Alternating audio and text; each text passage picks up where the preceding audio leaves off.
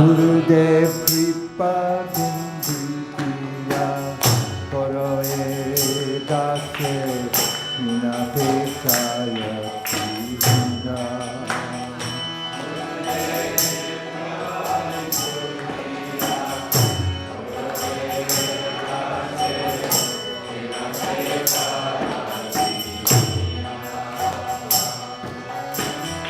Sakala Sane Bolo Diya Koro Jamani Sri Harina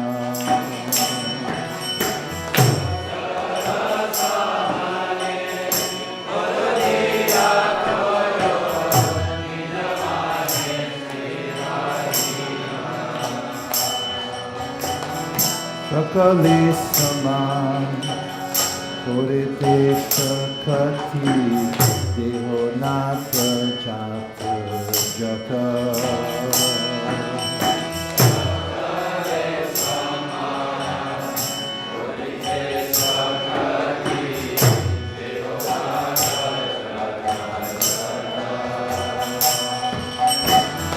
Kabito Gaivo Harinama Sukhe Aparara Dehata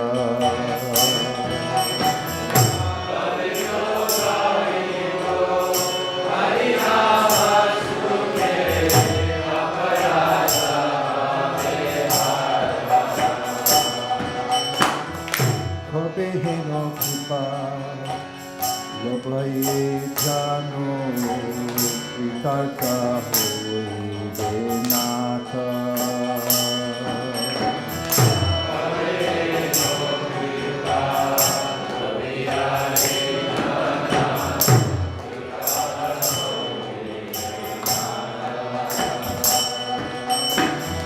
Shakti Bhuji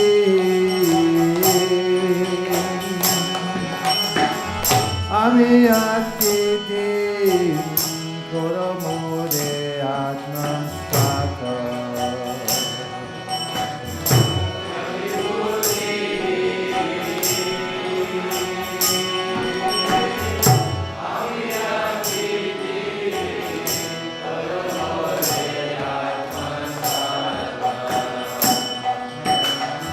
Yogyata Vichare Vichunahi Pai Tomara Karuna Sara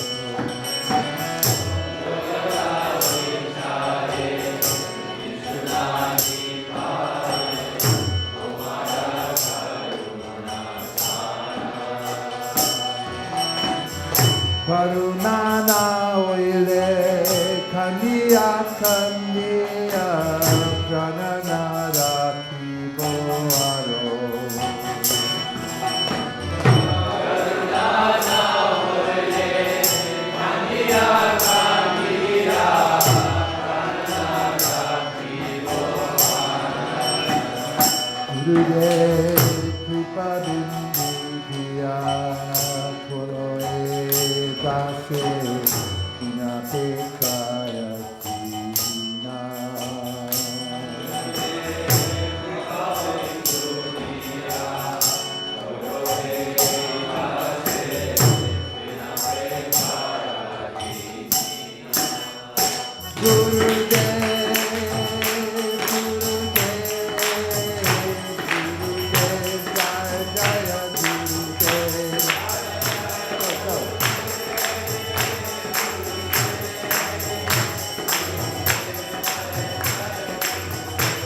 Jaya Jaya Prabhupada Prabhupada Prabhupada Jaya Jaya Prabhupada Jaya Jaya Prabhupada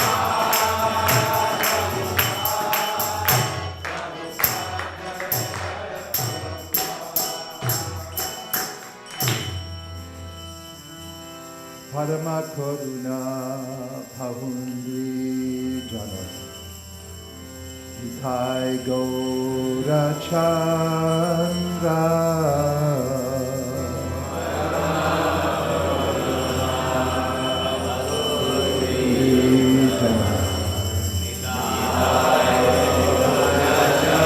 Lord Nitai and Lord They are the essence of all incarnations. The specific significance of these incarnations is that they introduced a process of chanting and dancing that is simply joyful.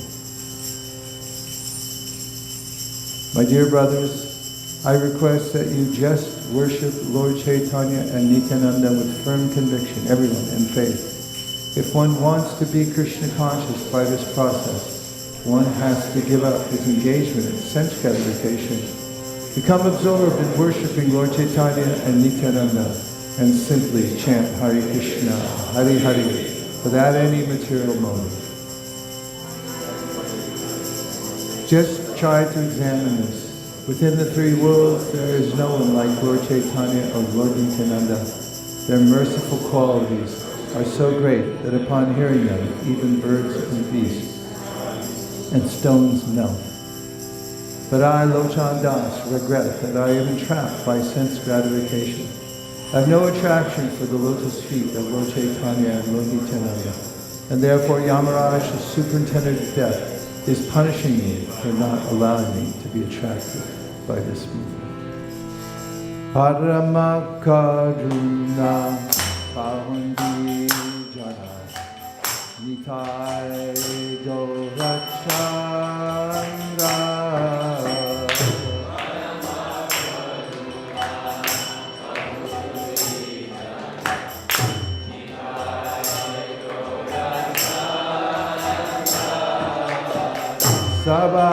Sabhavatar Sarashiramani Kevalaya Nandakanda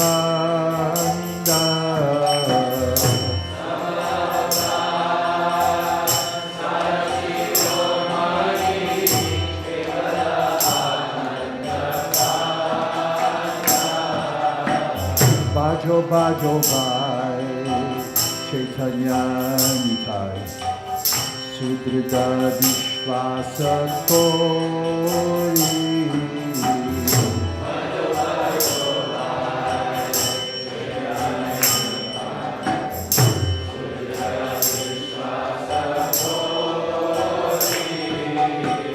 Vishaya Chadiya Shera Semajiya Mukhe Bolo Hari Hari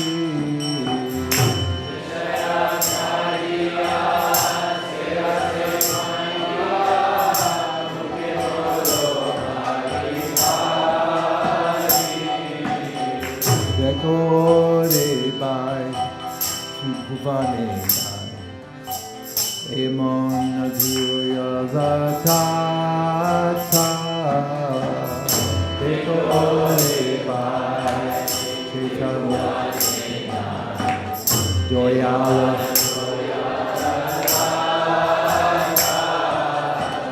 Pashupati Kure Pashana Vidare Nejaruna Katha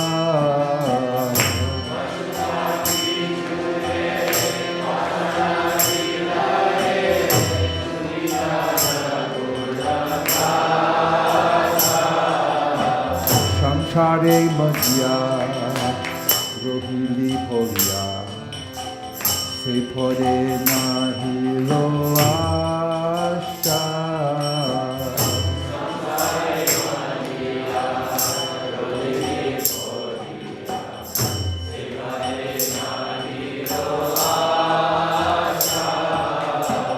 Apana Karama Vanjaye Shamana Koe Lochana Dasa Apana Karama Vanjaye Shamana Koe Lochana Dasa Parama Karuna Pahundi Jana Nitai Gaurachandra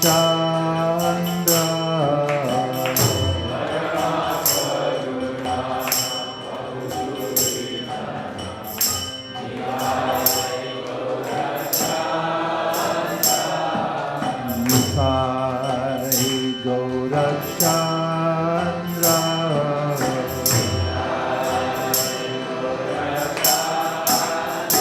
Jaya Gauranitai, Gauranitai, Gauranitai, Jaya Gauranitai.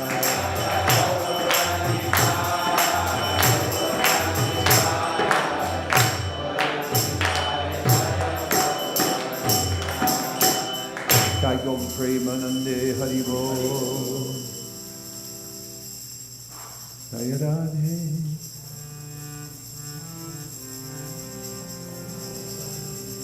Jaya Radhe, everyone.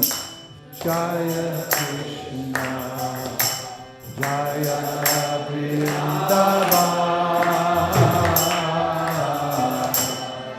Shri Govinda Gopi Nata Madana Mohan, Shama Kunda Radha Kunda Giri Govardhan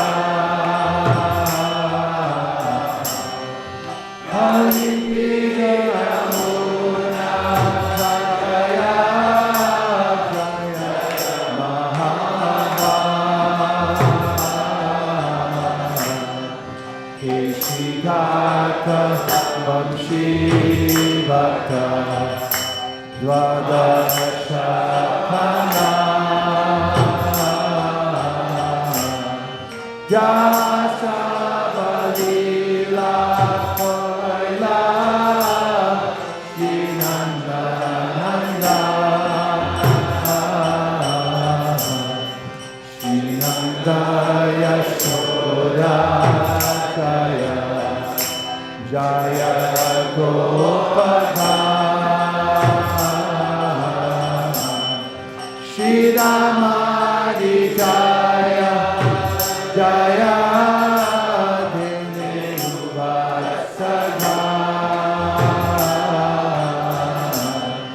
Jaya Vishwa Bharu Jaya Gita Sundari Jaya Purnamasi Jaya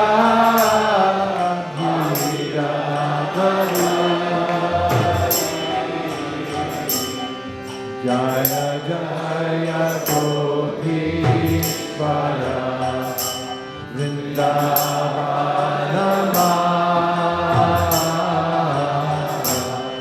Jaya Jaya Krishna Sakha Bhakti Vijaya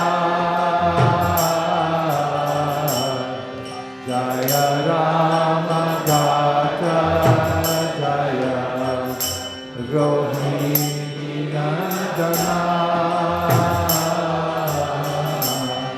Jaya Jaya Vrindavana Vasi Jata Jaya Trija Pati Jaya Naga Kanyaga Bhakti ke jahan Paila Govinda Charan Shri Dasa Mandala Jaya Jaya Rahasya Jaya Jaya Rasa Leela Sarva Manora Jaya Jaya Ujjvala Rasa Sarva Rasa Parakira Bhave Javate Rocha Shijanava Para Padma Toriya Smara Dina Krishna Dasa Kahe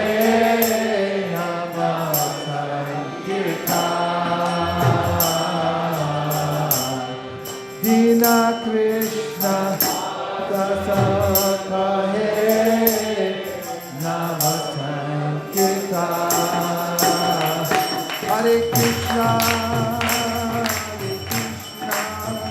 Krishna Krishna Hare Hare Hare Rama Hare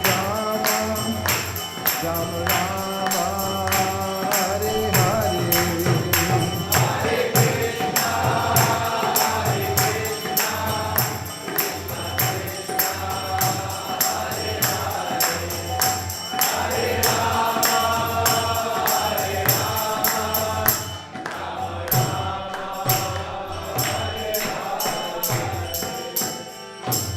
I go pray Manande Haribo.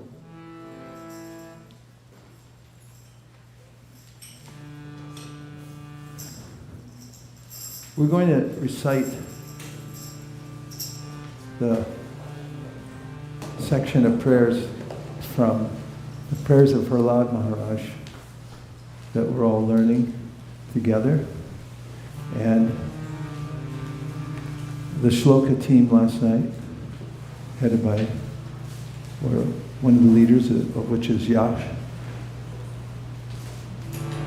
revealed to me that there are exciting prizes and badges to be won in this memorization.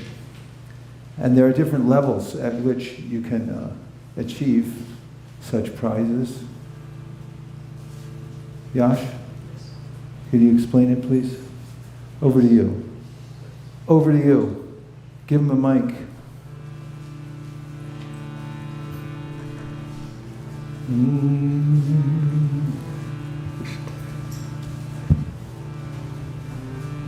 Tell us what we've won. Hare Krishna. So, as you all know, we've been trying to learn Prahlad Maharaj's prayers over the last few months. We extended the deadline to yesterday, and now you all have the opportunity to eventually learn and show what you know. We're going to have a way of testing everyone. Those who participate in the testing process, with whatever level you want, 1, 2, 3, or 4, have the chance to win a prize, which would be an amazing little sticker with Nrsimhadev that shows, it's like a badge that shows that you completed this set of a portion of the prayers. We'll have more details sent out today via email, via WhatsApp groups. There's a simple form. You just sign up, enter your name, your email, and you just have to upload a video of you reciting whatever level you'd like with your eyes closed. And with that, that's how we basically test you. Well, to say what some of the levels are. Yes, so there's 4 levels. The first level consists of just 6 specifically hand-selected verses, which are very important to the prayers. The second level is the first 10 verses. You can handpick your own, or somebody else handpicked them for you? They're pre-selected. And so Okay. if you scan the QR code, that will take you straight to the form, and you can, the levels will be listed within the form, so you'll know exactly what you're signing up for. And then level 2 is the first 10 verses. Level 3 is half of the verses, and then level 4 is all of the verses.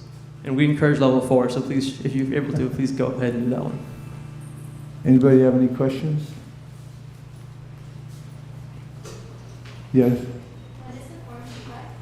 Yes, the form will be due by this Friday, by midnight. So please, but better you do it sooner, so you don't have to worry about it. Okay.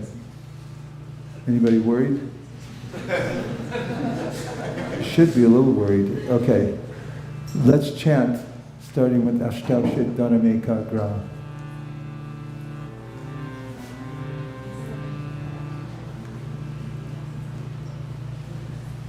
Back, 1. Ashtavshit Dhanamekagra. Is this where? Ashtavshit Dhanamekagra Manasasi Samahita Prema-gadgadaya vacha tanyasta hridayekshana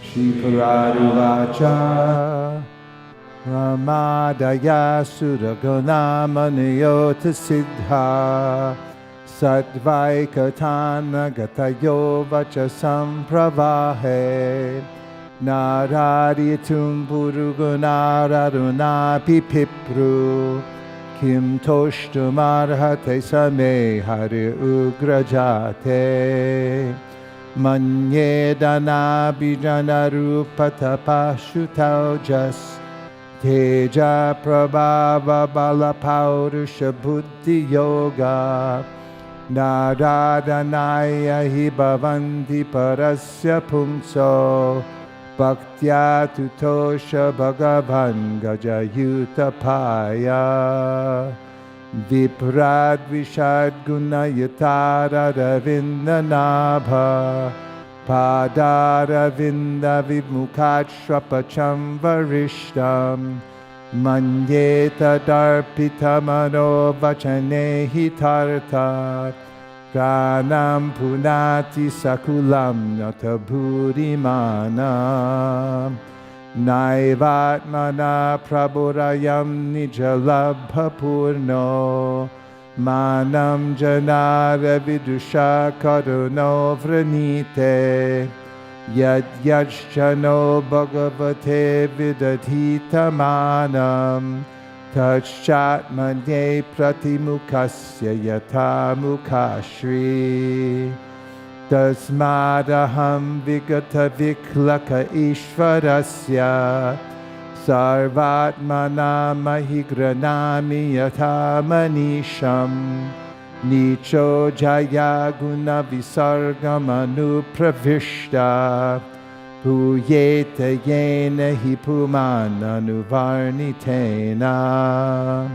Sarve hyami vidikarastava sattvadamno Brahmadayo vayami veshana chojvitanta Shemaya bhutaya utatma sukhaya chasya Vikriditam bhagavato ruchiravataraye Tadyachamanyam asurascha hatastvadhyadya Modeta sarurapi vrishchika sarpahatya Lokascha nivritimita pratiyanti sarve Rupam nasringa vibhayaya janasmaranti Naham bhibhemya jitate tapayana kasya Jivarka netrubrukuti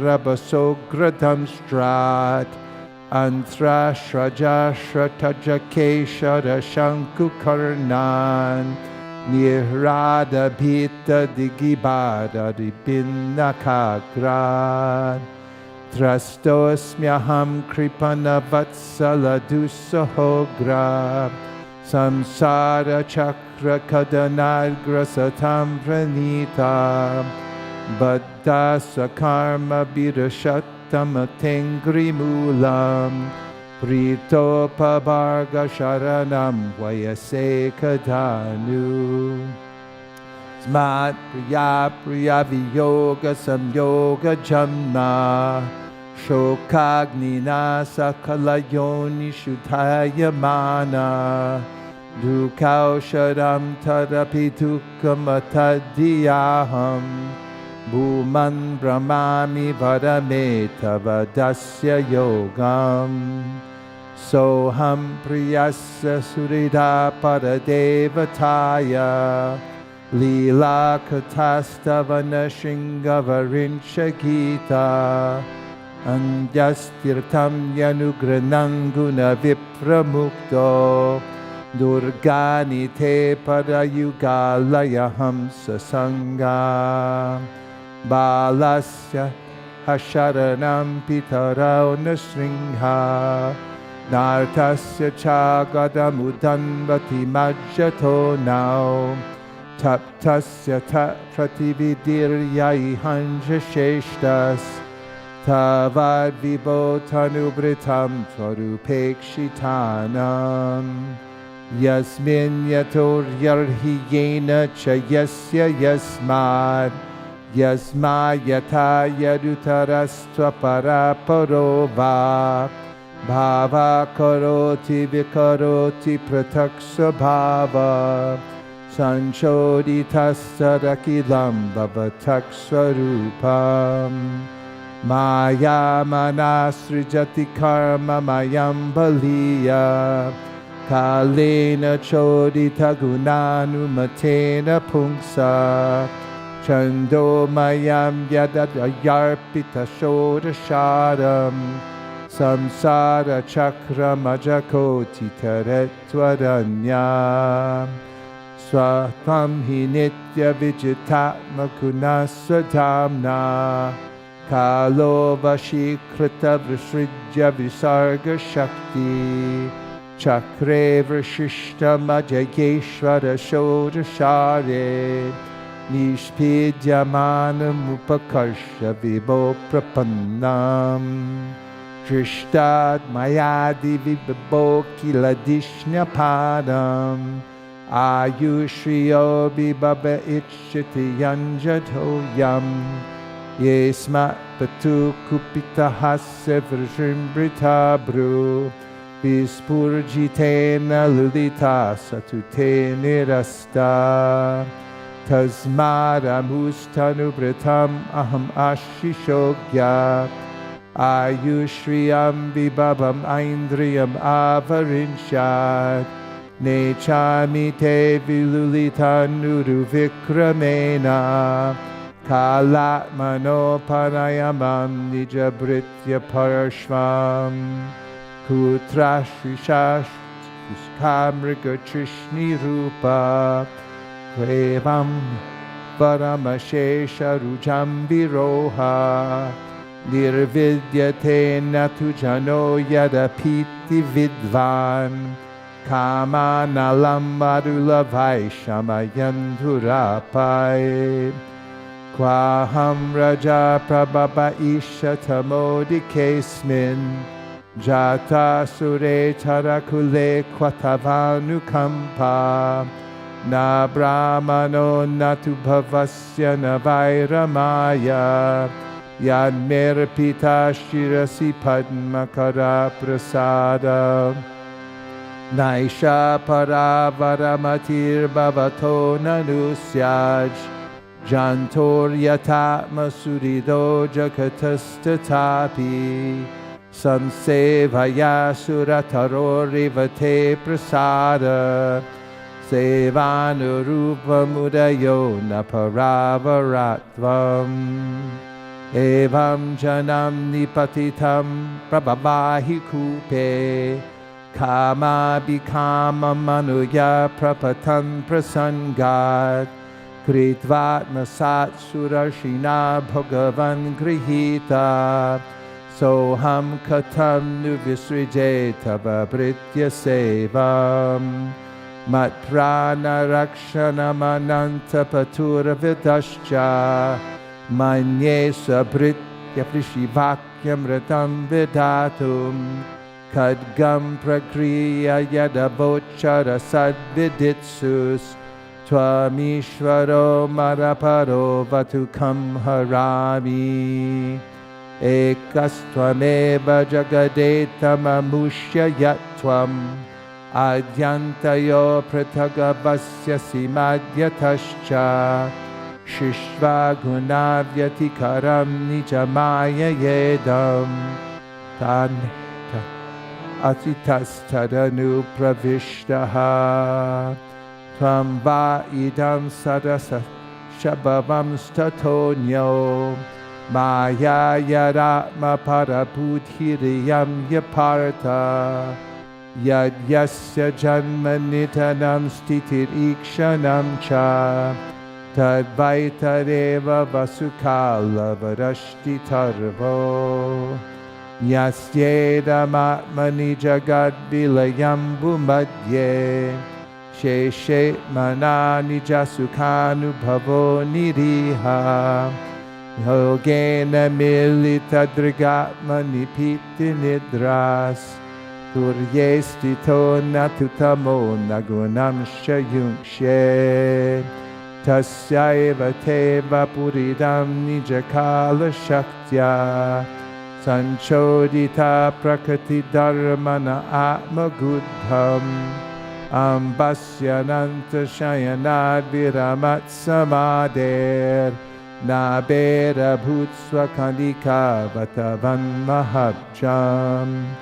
Tatsambhava kaviratonyada pashyamanas Tvam bijamātmani tatam sabahirvachintya Navindadabda shatam apsini majjamano Jaten kure katamaho palabheta bijam Twatma yonir ativismita ashritobjam Kalena tivra tapasa parishuddha bhava Tvamātmanisha bhuvigannamivati shukshmam Bhutendriyasha yamaye vitatam dadarsha Evam sahasra vadanang rishira kororu Nasadya karna nayana bharana yudhayam Maya mayam sarupalakshita sannivesham Drishva mahapurushamapamudambarincha Tasmai bhavan hayashir hastaruvam hi bibrad Vedadruhavati balau madhukaita bhakyau Hadvana yashruti ganam sharadasthamascha Satvam tava priyatamam tanumamananti Itam ritirya grishideva jashavatarar Lokam vibhava yasi hansi jagat pratipan Dharmam mahapurushupasya vrittam Chanakalo yadabhavastri yogata sattvam Naitan manastava vikuntanata Sampriyate durita dushta masadhu tivram Kamaturam harsha shoka bayanishanartam Tasmin katam tavagatim vimrishami dina Jivaikato chuta vikarshati mavratripta Shishnonyatastvaruga kataschit Granonyatascha paladrikvacha karma shaktir Bhavya sapatnya iva gehapatim lunanti Evam sakarma patitam bhavavaitaranyam Anyonya janma mananap pita pitam Pashyan janam swapada vigraha vaira maitram Anteti parachara piprihi muddamadya Tonyatra te kila goro bhagavan prayasa Tarane swabhava sambhava lopaheto Mudeshu vai mahadanugraha artha bando Kim tena te priyajanan anusevatam na Naivodvije paraduratyaya vaitaranyas Tadvirya gaya namahamrita magda chitta Shocheta to vimukha cheta se indriyarta Maya sukaya paramudvahato vimudhan Ragena deva muneyasva vimukti kama Maunam sharanti vichanena parartha nishta Naitan vihaya kripanan vimamuksha eko Nanyam tvarasya sharanam prabhato nupashye Yanmaitu nadia grihamedi sukham hitucham Tandu yanena kodayori patukka tukkam Tripyanti neha kripana bahutukka bhaja Kanduti van manasijam vishaheta dhira Maunavvrata shutatapo dhyayana swadharma Vakya raho japa samadhaya apavargya Raya param purushate tvajitendriyanam Varta bhavantyutana vatra tudambikanam Rupe ime sararasi tavad yashishte Bijan kura vihana chanyada rupa kasya Yukta samaksham upayatra vichangshante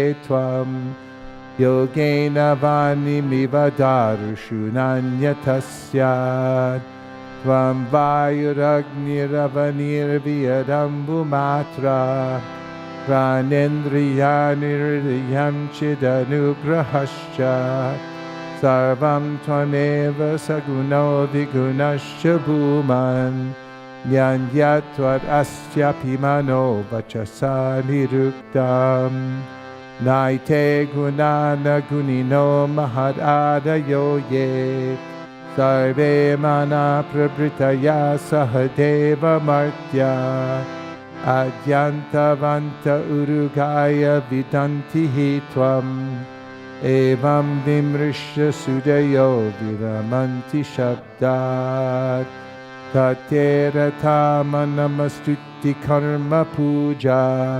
Parmasmritishcharanayo shravanam katayam Sevaya tvai vineti sharangaya kim Bhaktim jana paramahamsa katau labeta Shrinaru vacha etavad varnita guno Bhaktya bhaktena nirguna Paradam pranatam prito Yata manyur abhashata. There's one more. Shri Bhagavan Vaja.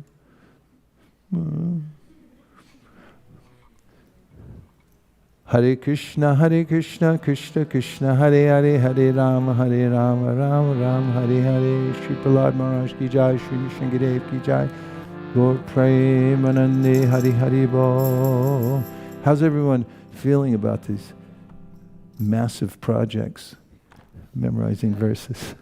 Huh? Let's hear. Ecstatic? Okay. Any other comments? How are you finding it? No pressure. Yes? Oh, Prabhu, please give microphone to all those who wish to voice their opinions and realizations.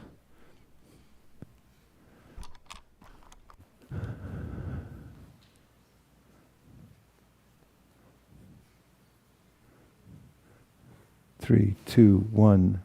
Tech support. Tech support required? Just a small comment, Prabhu.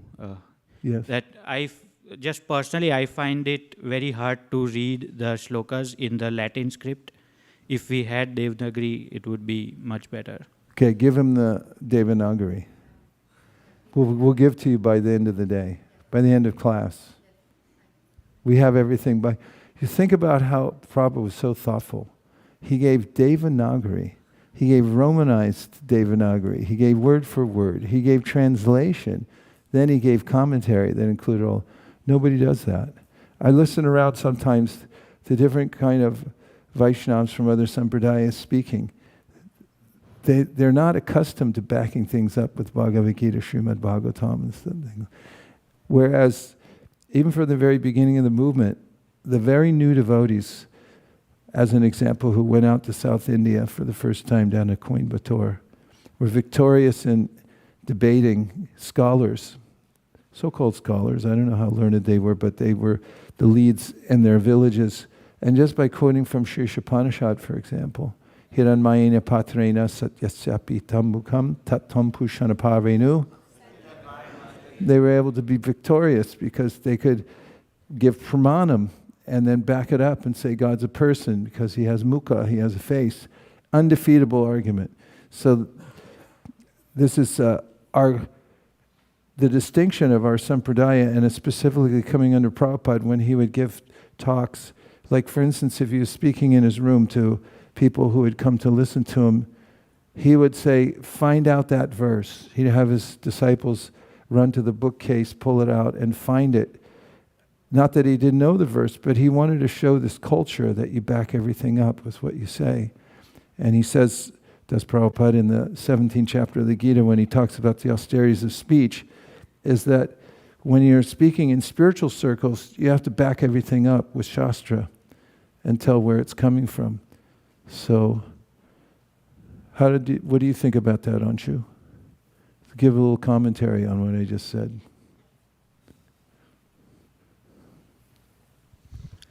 I find that memorizing verses like these helps us back up things with Shastra when we make points, when we're talking to other people. It's nice to have an arsenal of verses that we can choose from when we're trying to explain things to others. Yeah, and if you can learn C++, you can learn this, right?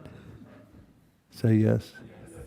Yeah, I mean, we grind our brains learning all kinds of things, just as now Google's grinding its brains trying to make AI work, and it's using 13% more energy than it did last year just to grind all these machines in some shed somewhere. But all they get out of it is the same kind of stuff that anybody's gotten since the beginning of creation in the material world. But if we take time to grind our brains on the Shastra, it's like grinding sandalwood paste. A little camphor, some rose water, and then your life becomes sweet and the world becomes sweet, because nobody can speak like this. Nobody backs up what they say with Shastra. They just blah, blah, blah, blah, blah. In fact, I was thinking we should make a standard for those who might run for office in the United States, that they would be able to do this whole stotram by memory with their eyes closed before applying for the position. What do you think? Then we'd have some legitimate test. Thank you, everyone, for trying this. Don't worry if you couldn't get the whole thing. It's meant to challenge us so that we push ourselves beyond what we thought. Let's do the best you can, push yourself, and this can become an annual thing until we know the whole thing, and it's amazing what we can do by Paramatma's help. What we didn't know on Monday, we can know on Thursday. We don't know this year. We'll know next year, and people will say, how do you know that? They say, because we tried, and we tried to worship Krishna. And one of the great fruits of this is when we all go to holy places together. For instance, we'll all be standing together in a huge crowd at Radharaman. And then we'll cluster together, and we'll start off with Ashtau Siddharame Kagra Manasa. We'll have something to offer to the Lord together, and this will be the ultimate feeling of togetherness in offering something to Krishna. So thank you very much for Shamalingi. Tell your experience. You told me last night how you had some realization about memorizing the whole chapter. So it started when the first day you announced that, we will be doing this. And then... I didn't unilaterally do it, by the way. I was sitting there and I said, what should we do? And a few people said, Prahlad Maharaj's prayer, and I said, okay. And then we were wasn't an edict, by the way. Go ahead. We were at the corridor and I said that, okay, that is too much, You said that? Yeah, and then you were there and you said, no, you say, learning Prahlad Maharaj's prayers is fun and easy. So you made me repeat. So I said that. And then, because it was too much, the words are so I just kept reading every day. That's what helped me. Just by reading, it became familiar, and then some things just registered in the mind. And then we have some of our, a team which in the morning we try to learn. Malini Mataji is there, Sukeshwari. So we tried together, and it helped. I don't know if that's fair. You have such a power team together. That's one of the secrets, right? Yeah, definitely. Yeah, full concentration over and over again, hearing it regularly. And then we motivate each other. Sometimes we just, we feel like, okay, we can't do, and then the other one motivates. So, no, we'll do it. We'll do one more that. Nicely done. Anybody else realization before we go to Srimad Bhagavatam class? Sharing means caring. Okay, yes, 1, 2. Hare Krishna, Guru Maharaj, welcome back. So I'm just continuing the saga of Shamlangi because she called me up and scolded me literally for not even attempting to do the Narasimha prayers. So she's having some sessions where we are going into and understanding the meaning of the verses first. And then, then I will start to memorize. She's already more than halfway through into it. So, And it's a nice really good point. Oh, yeah, please. I was just saying it's nice to learn it in association. Yeah. Yes, association. And then also, you said about the meanings of the prayers. Obviously, this is the goal. And it's unlimitedly deep. It's not that we just learn how to recite the Sanskrit and then we walk away. That we'll go more and more deeply into the meanings of them and then be able to read all the purports and understand the feeling and the philosophy behind Prahlad's prayers. Thank you. We have one here? Okay, 2 more and then we'll start. Actually, we were caught by surprise that we didn't know that there was a deadline where we are going to recite. And because after you stop reciting the prayers for some time, it felt like the material world takes it over and the mind starts putting unnecessary things in there. So when I saw this deadline, suddenly I started panicking because I forgot what all I memorized. And I'm really nervous because I don't remember the last 15 verses properly. So, but the exercise by all these things, what I remembered was what you mentioned this morning, that when Krishna wants to reveal Brahman to you, he will reveal it to you. Similarly, with memorization of verses, we can try, but only if Krishna gives you that memory or remembrance, only then you will remember. So we can just pray, is what I was thinking. Thank you. Thank you for sharing that. That helps all of us. Was there one last one behind me? Yes. Same. Means? You better say it all. Articulate what you're feeling.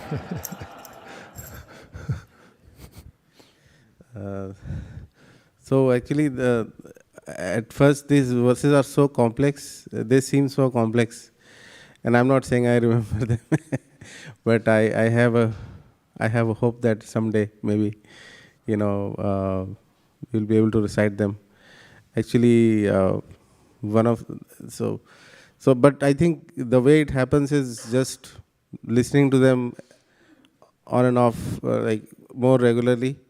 And I remember when I was in Atlanta, actually, I bought this CD of MS Subbulakshmi Vishnu Sahasranam. And when I heard it, there's no way in hell I can ever remember this. And then after 1 or 2 months, few months, I was able to, by repeating it at least half, something, I was able to do it to quite a degree. And then after that, I remembered it, and now I've forgotten most of it. So I think it's just constant exposure, right? And then constant repetition. And Lord empowers, because I definitely had no ability to do that before, I think. It's just like our Sankirtan. When we thought years ago, once we had a conference in the parking lot outside the old temple, and we talked about 500 sets in 1 year, and we all thought, oh, that's a dream so far away. And similarly, when we think of knowing the whole Bhagavad Gita and memorizing these prayers and so forth, and reading all the Prabhupada books comprehensively, it may seem like so far away, but Krishna will fulfill all our desires. Think about Dhruva Maharaj. He wanted something beyond what anybody had ever asked for, but because he was determined, he got it. So if we have that drive for everything devotional, then it fills our life, and all the C++s and all that kind of stuff that we grind our brain on, and I'm not saying it's a bad thing, but Krishna gives us more and more facility to transfer to that area, and there's no loss or diminution, and he fulfills all our desires if that's what we want. And even if we can't memorize it, we remember it's a devotional activity. Just like the Brahmana Lord Chaitanya met in South India, he was not able to really recite the whole Bhagavad Gita. People were laughing at him, like, you can't do this. You can't even read practically, so what are you doing? But Chaitanya Mahaprabhu recognized that he's trying to fulfill the order of his spiritual master, and he's actually getting the feeling of it. So he brought him along. He said, "You stay with me." And he traveled with Chaitanya Mahaprabhu for some time. Dear Srila Prabhupada, dear Sri Chaitanya Mahaprabhu, Shri Shri Panchatattva, Shri Shri Radha Madan Mohan, Shri Shri Lakshmi Nrsingadev, if you so desire, please make us unlimitedly ambitious to expand our scope of understanding the Vaishnava Shastras, enter deeply within them, be able to present them to the world, to our own minds, and maybe work together so no devotees left behind in hearing and chanting all of Prabhupada's books. Thank you for considering our request. Om Tat Sat. Everyone agrees with this prayer, in whole or in part? Please say Hare Krishna. Vanchakalpaduruscha kripasindhabevacha patitanam pavanibhyo Vishnu. Namo Namaha. Srimad Bhagavatam class.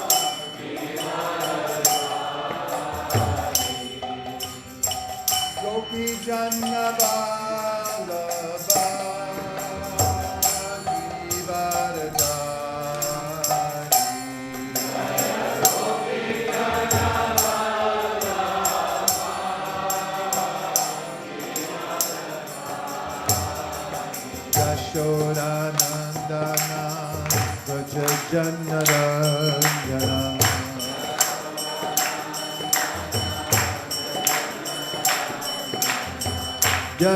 Yashodanandana Vrajajanarandana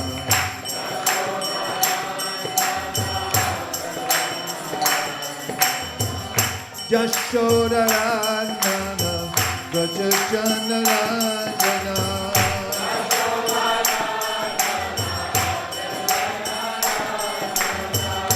Yashodanandana Vrajajanarandana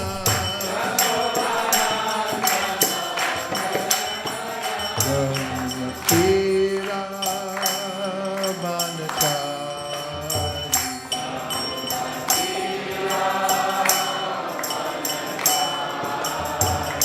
Jamuna Tira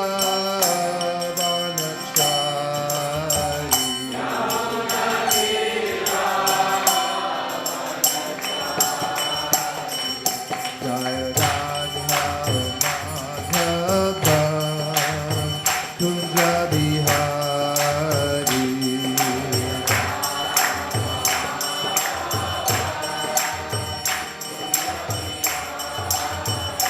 Jaya Radha Madhava Kunja Bihari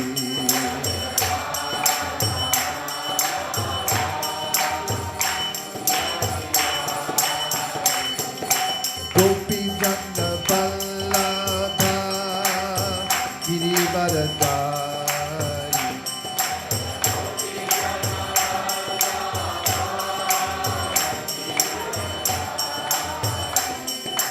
Gopi Jana Vallabha Girivardhari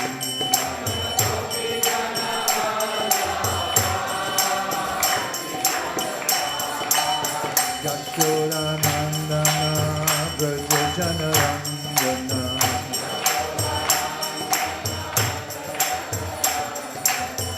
Yashodanandana Vrajajanarandana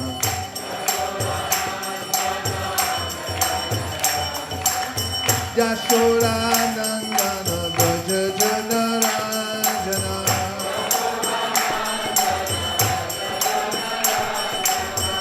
Yashodanandana Vrajajanarandana Ramapira Manachari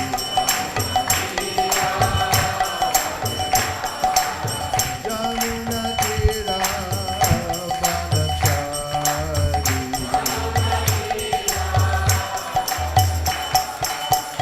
Jaya Radha Madhava Kunja Bihari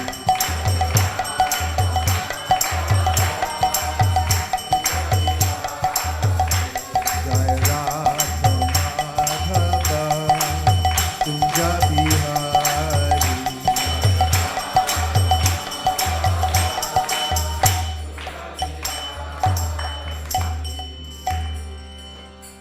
Jai Om Vishnupad Paramhamsa Parivrajakacharya Shlotarashta Shishimad Divine Grace A.C. Bhaktivedanta Swami Maharaj Srila Prabhupada Ki Jai Jai Om Vishnupad Paramhamsa Parivrajakacharya Shlotarashta Shishimad Srila Bhakti Siddhanta Saraswati Goswami Maharaj Ki Jai Ananta Koti Vaishnavini Ki Jai Namacharya Srila Haridas Thakur Ki Jai Prem Zakaho Shri Krishna Chaitanya Prabhu Nityananda Sri Advaita Gadadhara Shivasari Gaur Bhaktivinoda Ki Jai Shri Shri Radha Krishna Gokopinath Shamakunda Radhakunda Giri Govardhan Ki Shri Vrindavan Dham Ki Shri Mayapur Navadip Dham Ki Shri Jagannath Puri Dham Ki Tulsi Devi Bhakti Devi Ki Jamuna Devi Ganga Devi Ki Sambeta Bhaktavrinda Ki. All glorious to the assembled devotees. All glorious to the assembled devotees. All glorious to the assembled devotees. Gaur Premanande Haribo. Om Namo Bhagavate Vasudevaya. Om Namo Bhagavate Vasudevaya. Om Namo Bhagavate Vasudevaya.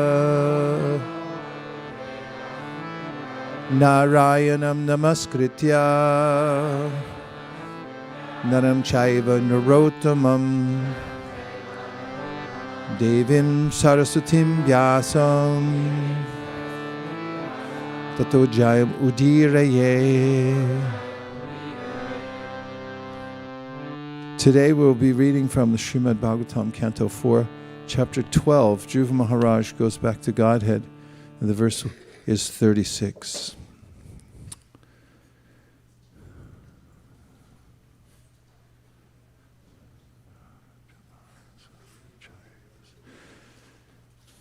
Yad Brajamanam Swa Ruchaiva Sarvato Lokastrayo Yanu Birajanta Ete Yanab Vrajan Jantushuyen Nanugraha Vrajanti Badrani Charantiye Nisham Yad Brajamanam Swa Ruchaiva Sarvato Lokastra Yoyanu Bibrajanta Ete Yanavrajan Jantushuyen Nanugraha Vrajanti Badrani Charantiye Nisham Yad Brajamanam Swaruchaiva Sarvato Lokastra Yohyanu Bibrajanta Ete Yanavrajan Jantushu Yen Nunugraha Vrajanti Badrani Charantiye Nisham.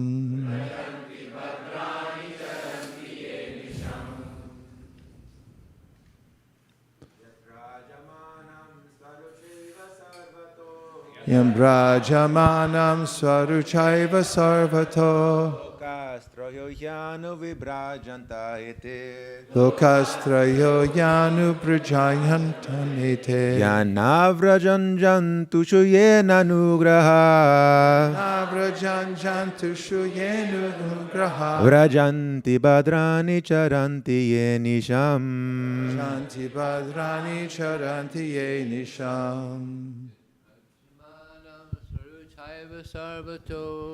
Prajananta Lokastrayo Yanu Vibrajanta Ete Lokastrayo Yanu Brijanyantam Ete Yanavrajan Jantushu Yena Nugraha Navrajan Jantushu Vrajanti Badrani Charanti Yenisham Rajanti Badrani. Vaishnavis.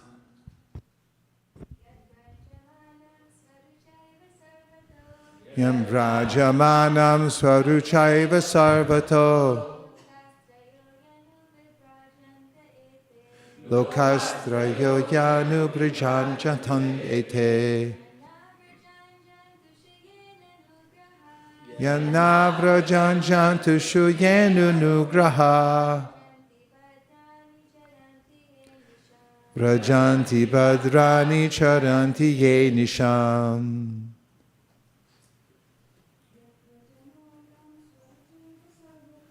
Yam Brajamanam Saruchaiva Sarvato Lokastrayo Yanu Brijanjatam Ete Yanacha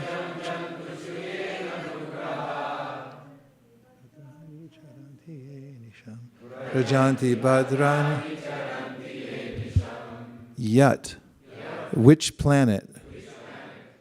Rajamanam. Illuminating. Swarucha. By self-effulgence. Eva. Only. Sarvata. Everywhere. Loka. Planetary systems. Traya. Three. He. Certainly. Anu. Thereupon. Bibhrajante. Give off light. Ete. These. Yat. Which planet? Na. Not.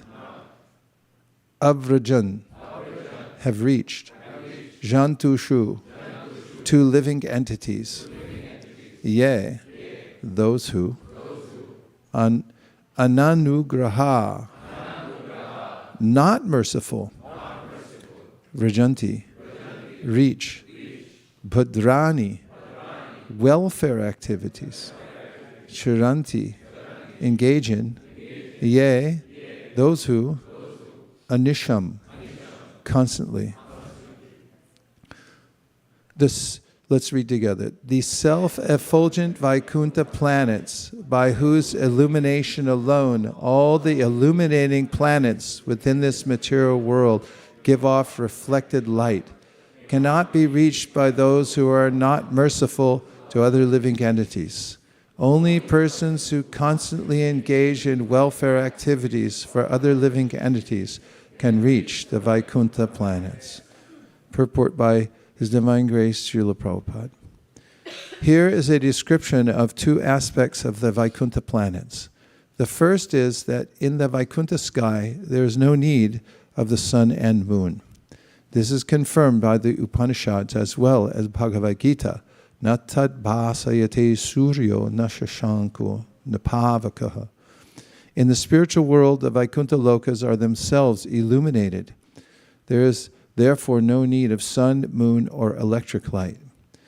It is, in fact, the illumination of the Vaikuntha lokas which is reflected in the material sky. Only by this reflection are the suns in the material universes illuminated. After the illumination of the sun, all the stars and moons are illuminated. In other words, all the luminaries in the material world, sky borrow illumination from Vaikuntha Loka. From this material world, however, people can be transferred to the Vaikuntha Loka if they incessantly engage in welfare activities for all other living entities. Such incessant welfare activities can really be performed only in Krishna consciousness. There is no philanthropic work within this material world but Krishna consciousness that can engage a person 24 hours a day. A Krishna conscious being is always engaged in planning how to take all of suffering humanity back home, back to Godhead. Even if one is not successful in reclaiming all the fallen souls back to Godhead, still, because he is Krishna conscious, his path to Vaikuntha Loka is open. He personally becomes qualified to enter the Vaikuntha Lokas. And if anyone follows such a devotee, he also enters into Vaikuntha Loka. Others who engage in envious activities are known as karmis. Karmis are envious of one another. Simply for sense gratification, they can kill thousands of innocent animals. Jnanis are not as sinful as karmis, but they do not try to reclaim others back to Godhead. They perform austerities for their own liberation. Yogis are also engaged in self-aggrandizement by trying to attain mystic powers. But devotees, Vaishnavas, who are servants of the Lord, come forward in the actual field of work in Krishna consciousness to reclaim fallen souls. Only Krishna conscious persons are eligible to enter into the spiritual world. That is clearly stated in this verse and is confirmed in Bhagavad Gita, wherein the Lord says that there is no one dearer to him than those who preach the gospel of Bhagavad Gita to the world. Om Ajnanatimirandasya Jnananjana Shalakaya Chakshurunmilitam Nena Tasmai Shri Gurave Namaha. Shri Chaitanya Mano Bhishtam Stapitam Yena Bhutale Swayam Rupa Kadahmayam Dadati Swapadantikam Vandeham Sri Guru Sri Uta Padakamalam Sri Gurun Vaishnavamscha Sri Rupam Sagrajata Sahagana Raghunatham Nitam Tam Sajivam Sadvaitam Sadvajutam Parijana Sahitam Krishna Chaitanya Devam Shri Radha Krishna Pada Sahagana Lalita Shri Vishakam Vidhamscha He Krishna Karuna Sindho Dinabandho Jagatpate Gopesha Gopika Kanta Radha Kanta Namostute Tapta Kanchana Gaurangi Radhe Vrindavaneshwari Vrishabhanu Sute Devi Pranamani Hari Priye Vansha Kalpatarubhyasya Kripa Sindhu Evacha Patitanam Pavanebhyo Vaishnavebhyo Namo Namaha Nitai Naminekshe Namirhate Shadamuninanti Techere Nitai Naminekshe Namirhate Shadamuninanti Techere Jaya Shri Krishna Chaitanya Prabhu Nityananda Sri Advaita Gadadhar Shivasadi Gaura Bhakta Vrinda Hare Krishna Krishna Krishna Hare Hare Hare Rama Rama Rama Hare Hare. It's so good to be back. Thank you very much, everyone, for existing and being in our lives. It's your heart and soul, and just this experience that we all have of staying in one place as much as possible. Some of us move around, but staying in one place focused on the Sankirtan movement to the best of our ability, doing what we can together to follow the footsteps of Srila Prabhupada and the great acharyas. That has been such an edifying experience, hasn't it?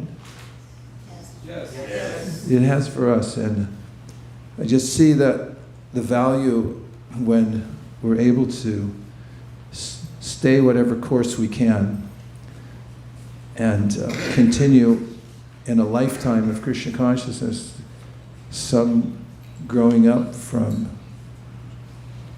even before the womb, coming in, some coming in whenever they can by Krishna's arrangement, and all of us contributing what we can. We become kindred in that process, and that makes it all the better. We go through various experiences, as everyone does in this world, some coming in We see announcements all the time, more than I can count, of babies being born. And we also notice that devotees, as predicted by the Shastra, are leaving the world too. There's a collective realization, I think we have, that Bhagavad Gita is real. And when we're able to understand what's happening in this world, for instance, in the Bhagavad Gita, Krishna says, Ukramantam stitam vapi bunjanan bhagunan vitam vimudananu pashyanti jnana chakshusha. That if you have studied the science of Bhagavad Gita, Krishna says, and you understand the soul's different from the body, you have atma-tattva jnana. When someone leaves his or her body, you're not bewildered. You can understand what's happening because you're seeing through eyes of Shastra. Similarly, when we go through, whatever we go through in life, are so-called reversals of fortune, those who become accustomed to following the path of the great acharyas develop a way of tolerating everything that happens, whether it's a windfall or whether it's a reversal of fortune. We're able to counsel one another and come to the point of understanding that everything is happening by Krishna's arrangement. And when we're able to have this real experience that, as I've quoted practically 10,000 times since I've been here at ISV, vidyam chayas, tad vedo bayam saha, avidya yamratum tirpa, vidya yamratum ashnade. Only one who can learn the process of nescience and that of transcendental knowledge side by side can transcend the influence of repeated birth and death and enjoy the full blessings of immortality. Because I find it very practical. There's not a way in which one can avoid living in the material world. Once you're in it, you're in it. And there's a course that will take place. Patanjali Muni talks about how we're born with an ayu. There's a span of life that you get, and there's also, we have predispositions to act in certain ways because of our previous actions. And at the same time, even as we're dealing with those or even harnessing them to use in Krishna's service, we can very deliberately engage in devotional service. At least the 5 most important of all the 64 items of devotional service, throw in taking Charanamrita, and you've got yourself at least 6. And when one's able to do those things side by side, there's a maturity of understanding, as the verse promises. One can understand that although I'm going through all of the same kinds of changes that everybody else goes through in this world, I'm not affected in the same way everyone else is, because I'm getting a fruit that Krishna promises in the Bhagavad Gita, that as a very simple principle, those who learn to tolerate the urges of the senses, as we quoted this morning, raga dvesha vimuktaisthu, follow the regulative principles of freedom rather than the wanton desires that come into the mind, and what to speak of the suggestions of the modern society to do this or that out of a sense of whimsical fun. We follow instead the path of the great acharyas. We see the result in our lives. What to speak about an individual basis, if we're able to hear and chant every day, we realize for ourselves that we're rising above the power of the material nature. Prakrite kriyamanani gunai karmani sarvasha hankara vibudhatma kartaham iti manyate. Krishna says most people are just carried away by the material nature. They're helplessly, but at the same time there's so much an illusion that they think I'm the doer. But Krishna says tatvavit in the next verse, tu mahabaho guna karma vibhagoyo guna guneshu vartanta iti matva nasajite. One who's learned the science of Krishna consciousness, studied Bhagavad Gita, and is practicing it, is not in the kind of illusion that other people are. It's a different life. And when we're able to have these this distinction, clearly understood that we're souls in a body passing through this world, then Krishna says we're able to develop compassion for other people. And therefore, he says in Bhagavad Gita, does Krishna, Atmau pam yena sarvatra samam pashati orjuna sukham vai yadivadukam sayogi paramo mataha. He says, what's the best yogi? The best yogi, the paramo mataha, my opinion, Krishna says, and that's nice to know Krishna's opinion, isn't it? Yes. That the best yogi is one who has empathy for others. Atmau pam yena means they empathize. Pathi means to feel, and M means within. You feel what's going on for other people, and it affects you. The Vaishnavas are paratukaduki. When other people suffer, they feel bad about it. For instance, if you might see as another living being, like an animal that gets hurt or suffer, then you might also feel it. When we're able to feel, empathize with the ways that Sukham va yadivadu kam. People are going through these inevitable changes that are affected by their involvement, the three modes of material nature, and we're able to feel empathy for them, feel for what they're going through, because we're able to know that because we're going through it. We know what it feels like. But we also have an insight into how to separate ourselves from the current of material nature that's carrying everybody away. We feel it ourselves, that we're not obligated to simply be dominated by the three modes of material nature. Instead, we have the option of taking shelter of Krishna in devotional service.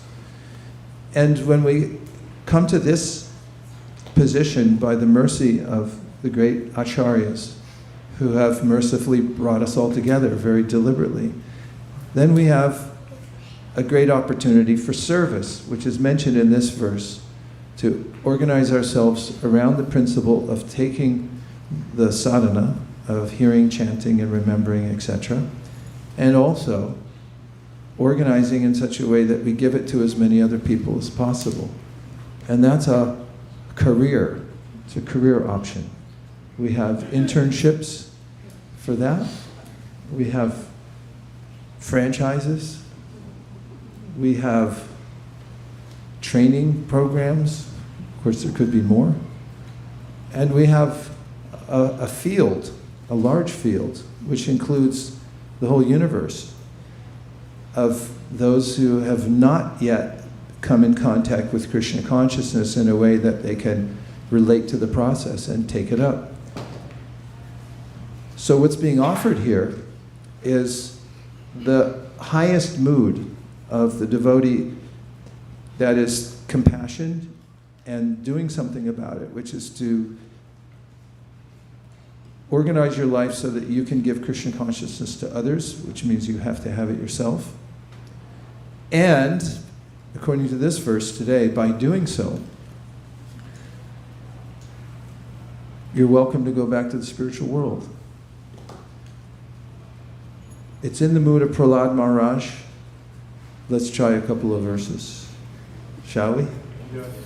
How about Prayena Deva Munayasva Vimukti Kama Maunam Sharanti Vijanena Parad. Work with me now, don't be holding back. Prayena Deva Munayasva Vimukti Kama Maunam Sharanti Vijanena Pararta Nishta Naitan Vihaya Kripana Vimamuksha Eko Nanyam Twadash Sharanam Brahmato Nupashye. Prahlad says, my dear Lord Nrsingadev, I see there are many saintly persons indeed, but they are interested only in their own deliverance. Not caring for the big cities and towns, they go to the Himalayas or the forest to meditate with vows of silence, Mona Vrata. They are not interested in delivering others. As for me, however, I do not wish to be liberated alone, leaving aside all these poor fools and rascals. I know that without Krishna consciousness, without taking shelter of your lotus feet, one cannot be happy. Therefore, I wish to bring them back to the shelter of your lotus feet. How about it one more from Prahlad?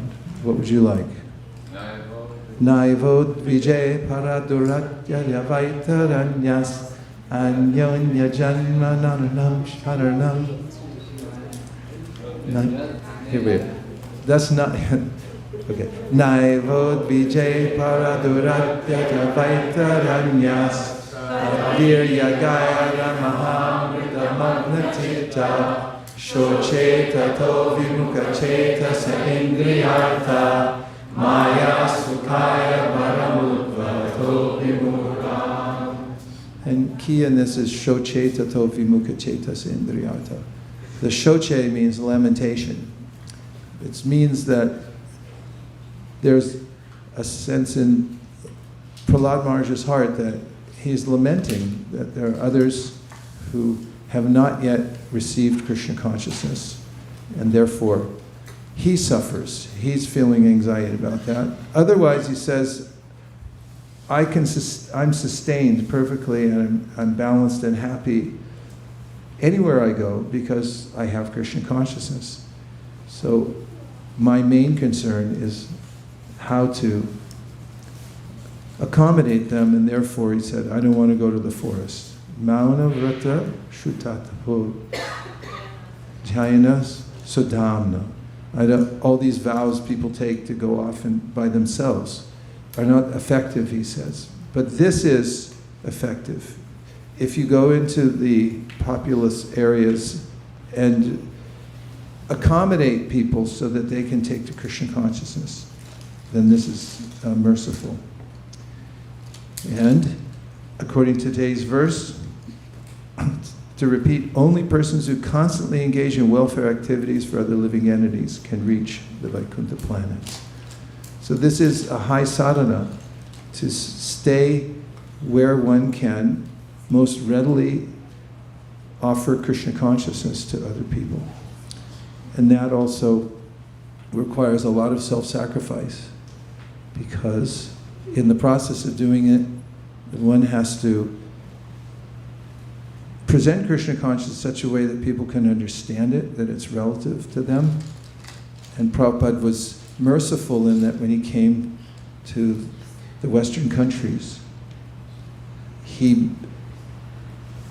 accommodated the Western mindset by giving people an opportunity to come into the environment, and he operated by the principle of yena tena prakarena mana Krishna niveshaya. Somehow or other, help people to remember Krishna, think of Krishna.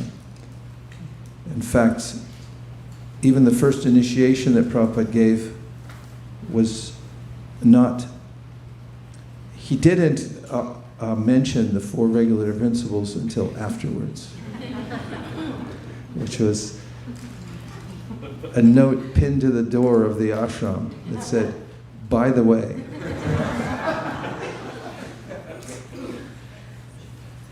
And this is by design that Prabhupada found ways to make Krishna consciousness available to people. And he also had to be enthusiastic and innovative. It's pretty enthusiastic to get on a boat by yourself. And then when to speak of to go out by yourself to chant Hare Krishna, Prabhupada mentioned in a lecture I just heard, he said, I had no drum. And he also, and this is something that's involved, one has to tolerate when one goes to spread Krishna consciousness, that people may say, get out of here. Vijay Prabhu, has anybody ever said that to you? In your almost 50 years of distributing? Yeah. He doesn't really listen to anybody when they say that. He just said, oh, you talk to my attorney. But they told that, somebody came over and told Prabhupada, you can't do that here, move. And Prabhupada moved back and just kept doing it under a tree. He was on the grass, I think. And they said, you can't sit on the grass. So Prabhupada sat under the tree. The tree's still there, and now there's a Hare Krishna movement all over the world. But his principle was to go to all the cities. And he wanted to go to every one of them. He went to far-flung places, like, name a far-flung place Prabhupada went to. Russia. That's a far-flung place. It wasn't easy to get into. By some arrangement, Prabhupada got in to talk to a professor, Katha, who said, there is no life after death. When you die, everything's finished. But Prabhupada, by Krishna's arrangement, was able to talk to a devotee there, a fledgling devotee who then spread Krishna consciousness. Another far-flung place? Africa, Kenya. Kenya, Africa. And how about far-flung places in America right now? Gainesville. Cupertino? Gainesville? Gainesville. I don't know. There could be a lot of them. I don't know who's, there's a lot of places. If you want to go to Tennessee, Louisiana, any other states you don't want to go to? Where? You're afraid to say it, right? So that's your new place. Well, in any case, that mood of being daring and active and making Krishna consciousness available to others is the mood of those who have compassion in their heart. And even if you don't have compassion in your heart, we can understand that's the mood of the great acharyas, and by following in their footsteps and doing what they did, carrying out their mode of spreading Krishna consciousness, that as Prabhupada says in this purport, I'll just repeat it, he says that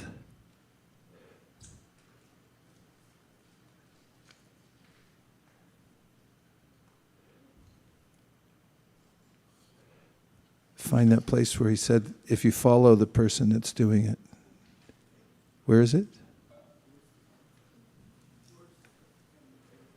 Oh, there it is. A Krishna conscious being is always engaged in planning how to take all of suffering humanity back home, back to Godhead. Even if one is not successful in reclaiming all the fallen souls back to Godhead, still because he is Krishna conscious, his path to Vaikuntha Loka is open. He personally becomes qualified to enter the Vaikuntha Lokas. In context here, your lifetime endeavor to give Krishna consciousness to others qualifies you to go back to Vaikuntha Loka. And if anyone follows such a devotee, he also enters into Vaikuntha Loka. So now let's see if you have any questions that will deepen or expand the conversation. Yes, Tejas Prabhu, good to see you. Shri Kishore Kishori Ki Jai. Hare Krishna Maharaj. I had two questions actually. So my first question is that it seems that the basis of doing prachar, of preaching Krishna consciousness, is that when you relish Krishna consciousness, then because you find so much bliss, it pours out, and therefore you want to spread it. But does that mean that people, for example, who are not able to experience the bliss, should they also do prachar or not? Or should they first focus on this internal aspect of doing their own bhajan and then do prachar? Prabhupada mentions thank you for your question, and it's good to see you. Prabhupada mentions in the third canto, Srimad Bhagavatam, Kapiladev speaking to his mother, that those who come to the temple, Kanishta Adhikaris, and they see the deity and they smell the incense and they bow down, Lord, are imperceptibly liberated souls. And imperceptibly liberated means if you come to Krishna consciousness, even just to see the deity and sit down for a moment, take a little charnamrita, you're in a very exalted position. The Kanishta Adhikari, actually, Prabhupada mentions in that purport, although we tend to demean the Kanishta Adhikari and just say, he's a Kanishta. As one of Prabhupada's godbrothers, there was some dispute propagated by disciples, and who's better than whom and so forth, and someone had categorically said, that, in a way of explaining Shastra, that one of his godbrothers was a Kanishta, and some of the followers of that person went to him and said, they said you're a Kanishta. And he said, I have some Adhikari? In other words, like, somebody gave me the position of Kanishta? How's that even possible? So Prabhupada mentions that there's a way in which, he says in the Chaitanya Charitamrita, even if someone is a Kanishta Adhikari, but he has come to the point of understanding that there's no difference between Krishna and the deity, or Krishna and his holy name, even such a person can convert people to Vaishnavas. And in the process of taking to the rules of sadhana bhakti, when one first starts to practice Krishna consciousness, Rupa Goswami says in the Bhakti Rasamrita Sindhu that there's a sense of relief from all distress. That's not ordinary. Nobody can get that. Everyone's trying, but they end up trying various methods, but they never get relief. But when people come to Krishna consciousness and they understand the very simple principle of sarvadharman parityaja, mam ekam sharanam braja, antam sarva papebhyo mokshayishami masuchaha, what an offer. If somebody who's just a sincere soul, and don't forget, souls are part and parcel of Krishna, they're really smart because they have the same quality as Krishna.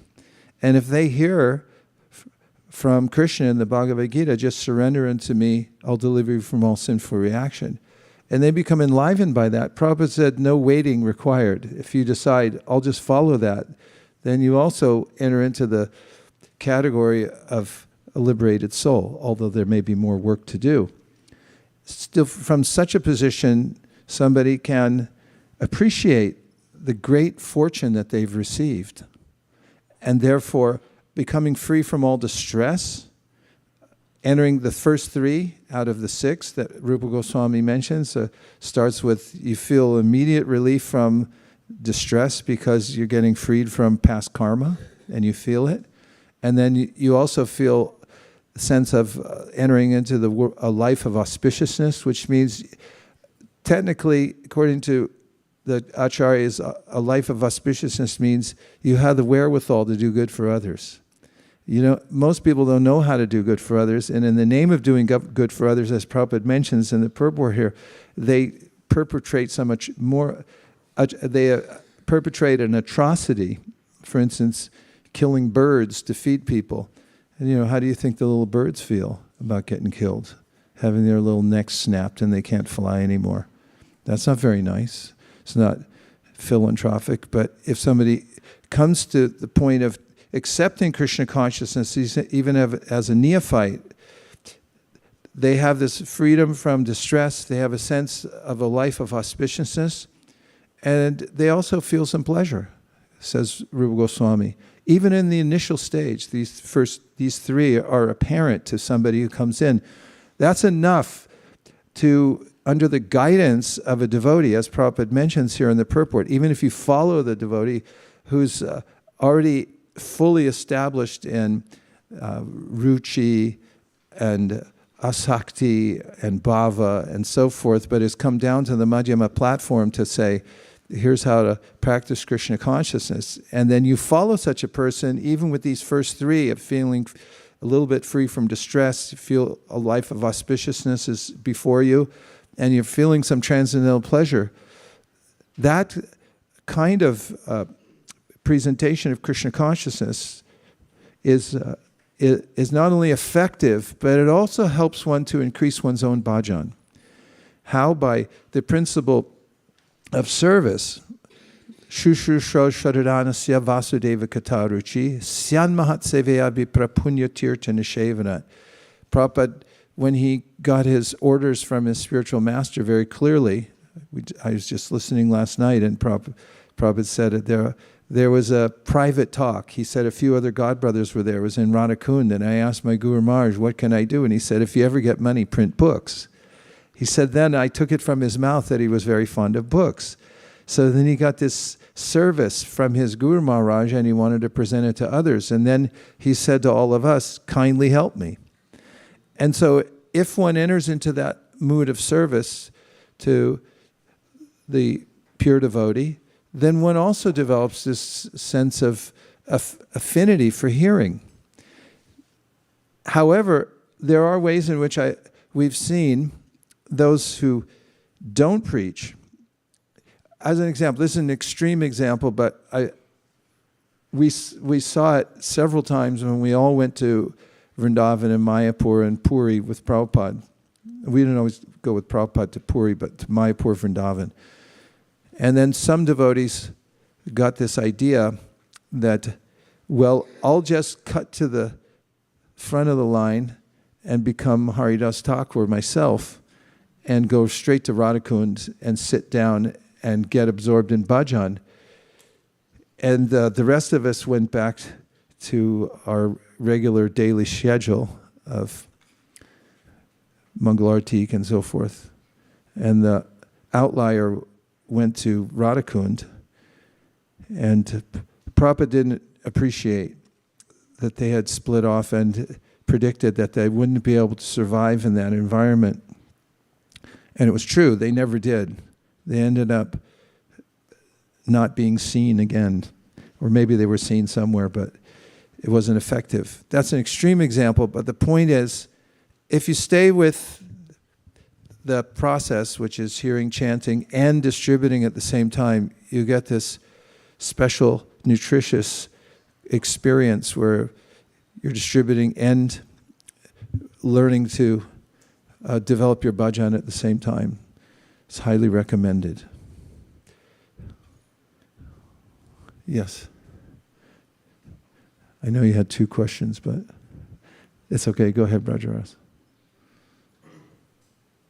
Tejas can go ahead and ask a second question if you'd like. Okay, you go, and then we'll go back to Tejas. I had a question from the purport. Prabhupada writes, but devotees, Vaishnavas, who are servants of the Lord, come forward in the actual field of work in Krishna consciousness to reclaim fallen souls. I was wondering what he means by actual field of work. Cupertino. Cupertino, Palo Alto. Last night, we're right in the, well, at least we're in the middle of Palo Alto. I guess if you're going to find a place that people go to in Palo Alto, University Avenue would be pretty close to the center of it. These kind of preaching fields, as we just heard, Naivod Vijay Para Duratya Yavaitaranyas, that Prahlad said, I want to go to those places where there's activity, where I can do some active preaching. Yeah. Tejas, do you have a second question, and then you can pass it to your neighbor? So I guess one other question I had was, does preaching also only necessarily mean to people who have no idea of Krishna consciousness, or does it also mean does it generally mean talking about Hari Katha? It can mean preaching to a lot of different kinds of people. For instance, we'll notice that the material world has a way of distracting us, all of us, in various ways. And even within our own organization, there's a necessity to, preach or remind people of the purpose of life, remind one another, remind ourselves, remind our family members. We have to talk to ourselves every day. We have to also talk to family members, ashram members. We may also, in an organization, have to preach among ourselves so that we can stay united in the mission. I find oftentimes there's an assumption that we're all just going to agree on everything, but that is generally not the case when you're dealing with individual living entities. There are various ideas about how to organize the Krishna consciousness movement and what the attitude should be and so forth, and lots of people have lots of different attitudes.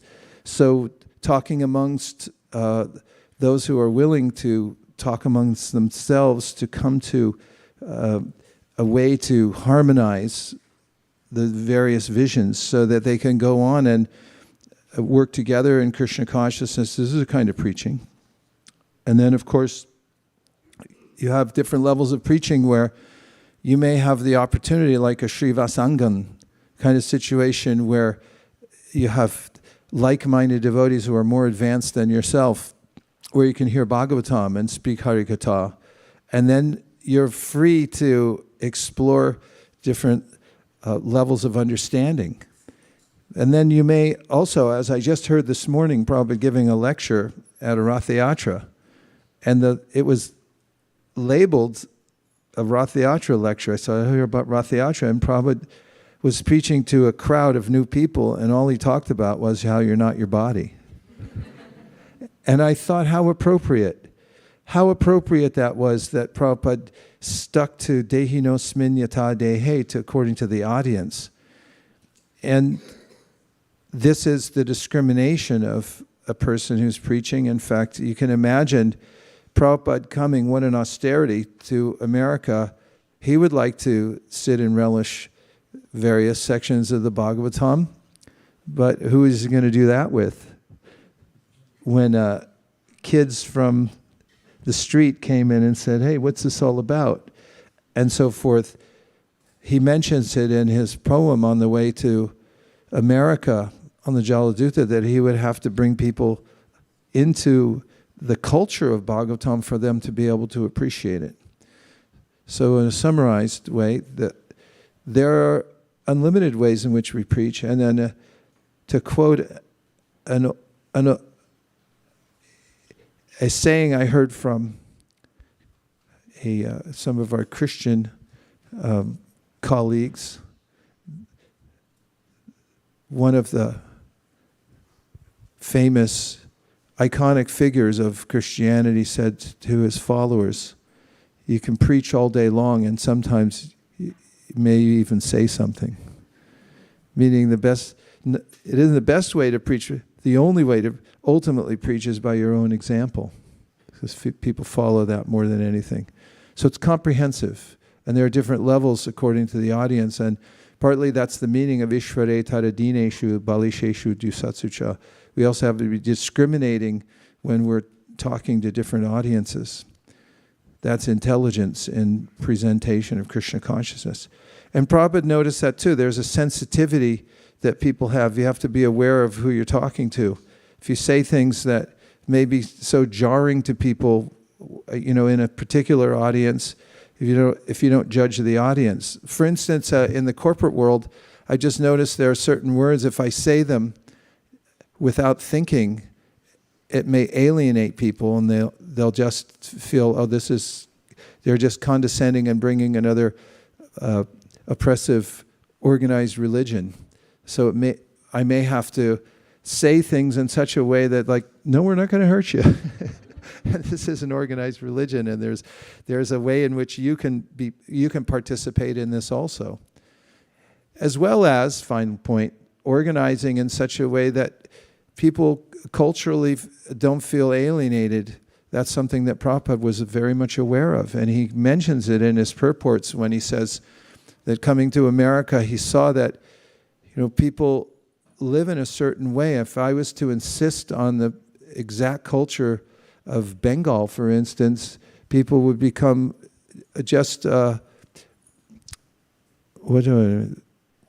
would feel alienated.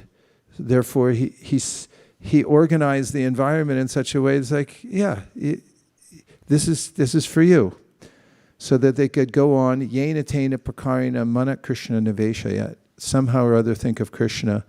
Later on, if there's a way of refining things, then fine. Otherwise, different environments for different people, that's also compassion. Being willing to be fluid enough to create a habitat for people so they can survive, and not bringing up every little thing. Somebody comes in the door, you're not used to sitting on the floors. I know you have to sit on the floor. Don't put your legs in that way. Or just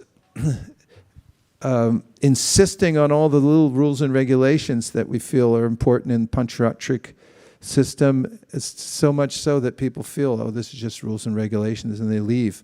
In fact, I heard Swami Sri Dayananda Maharaj saying once that when he was going to a new place to preach, and Prabhupada said, make sure you don't present it as just rules and regulations. Stick to the essence of the process. Okay, there was one more. Oh, online question. Oh, yes. Yes, Prabhu, you're up. And then we have Malaya Sahu. Hare Krishna. That's somebody famous, I think. All right. Go ahead. Hare Krishna Maharaj. Welcome back. Great to see you and Thank you. be back. Maharaj, I have a question. Many times we read in and we see here in the lectures, conditioned souls and sincerity comes in a similar passage or paragraph. So my question, when I find in myself is, with being conditioned, can I be sincere? I can give a small example from where this question arose for me. So, for chanting, I know I have to concentrate on every word and hear it. I know that that's a sincerity to make an effort, but I'm so conditioned that my mind doesn't allow me. So, can I be ever sincere with being conditioned in this material world? Yeah, just remember Gajendra. Bhaktyatu tosha bhagavan gajayutapaya. This is a nice question because it's the opening of the prayers of Prahlad Maharaj saying, am I sincere enough to do this, to offer prayers? He's being asked. If you've ever been in a situation where somebody pushes you forward and says, go, you talk now. It's like, what are you talking about, me? Look at all these sannyasis and people here. What am I going to say? And that was Prahlad Maharaj's situation. And he very thoughtfully said, well, they're qualified, I'm not qualified. And he said, then he started to consider that maybe all these types of things I think are what pleases the Lord and makes me qualified aren't so important.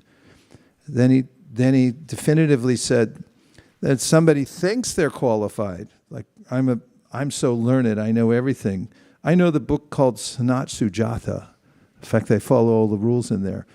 But they don't have devotion to the Lord. So I don't think they'll be effective, even for themselves. And then, of course, he says, Naivatmana prabharayam nijalabha purno, that if you know the principle to serve the Lord, then you yourself will become decorated and satisfied. Then he says, Tasmadaham vikata viklaka ishvarasya sarvatmana mahigranami yata manisham nicho jaya guna visarga guna pravishta huyeta yena hipuman anuvarnitena. He said, therefore, I understand that if I'm just sincere and offer according to my position, the Lord will accept my prayers. And if you're asking the question, Prabhu, then you're sincere. Because people who are insincere, they don't really think like that. How can I be sincere? If you're thinking, how can I be sincere? That's the beginning of sincerity. And if you feel oppressed by the senses when you're chanting, you're not alone. There's a way in which the mind has fearsome godlike powers over us, and has since a time immemorial. Krishna said that to Uddhava. And Arjuna even balked at the idea of controlling the mind. So keep asking the question, Krishna, how can I be of service to you? And keep asking, how can I be more sincere? And that's the beginning of it. Okay, Malayas Sahu is famous, right? Hare Krishna, Prabhuji. He's one of our devotees. Okay, please go ahead, Prabhu. Hare Krishna, Prabhuji. I thought I will miss you this week because I saw in the schedule you are back. And then when you are back from absence, like a couple of weeks, this will be a really amazing environment. The kirtan will be like super nice. And I did not want to miss it, but I had to be out of town. But then, thanks to Krishna's mercy, I could actually, the hosts here, my friends, they allowed me to attend the class. And they are waiting for me. But then I got the whole class and the whole of lecture and the prayers.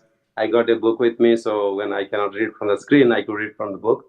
And I joined in that one. And it's like all Krishna's mercy, thanks to Bhaktivinoda Thakur, who gave us all these beautiful musics. the songs that when we read, we get the bliss.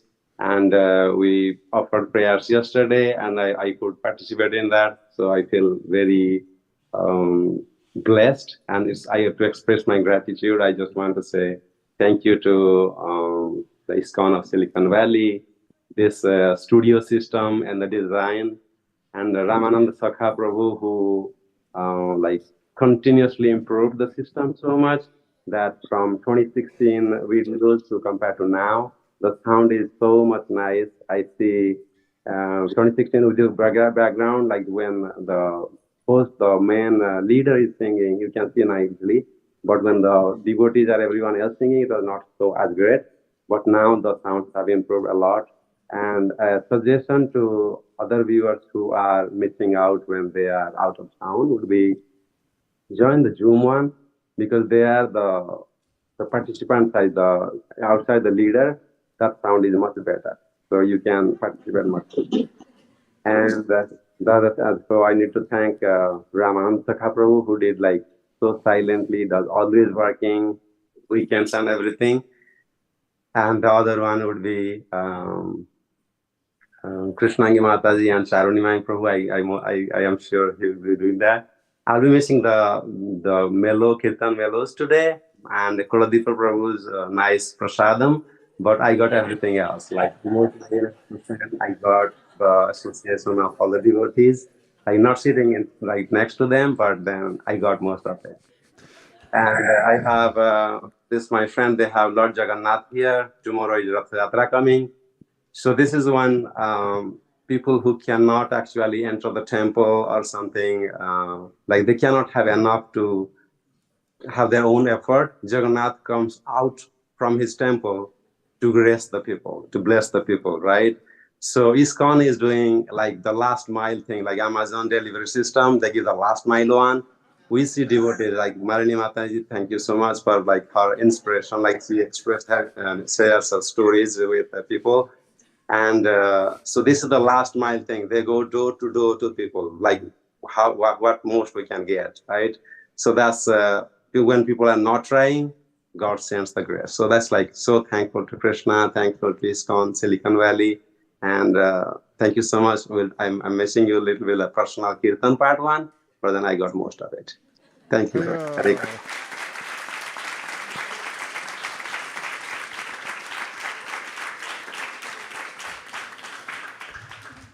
To those who do go out and meet people,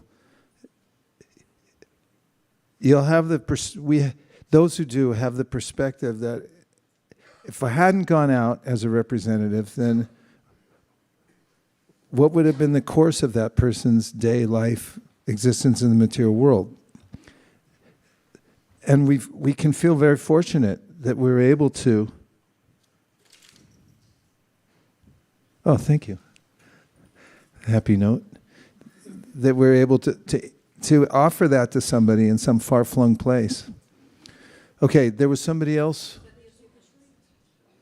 Tadiya say.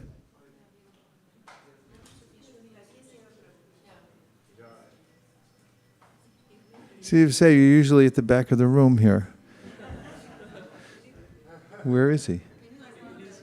I know he's there, but I don't know where he is.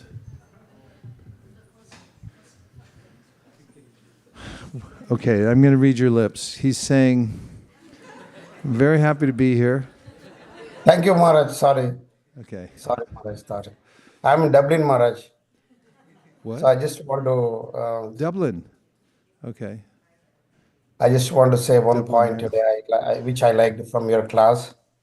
When you practice devotional service, you mentioned that it will take away the distress.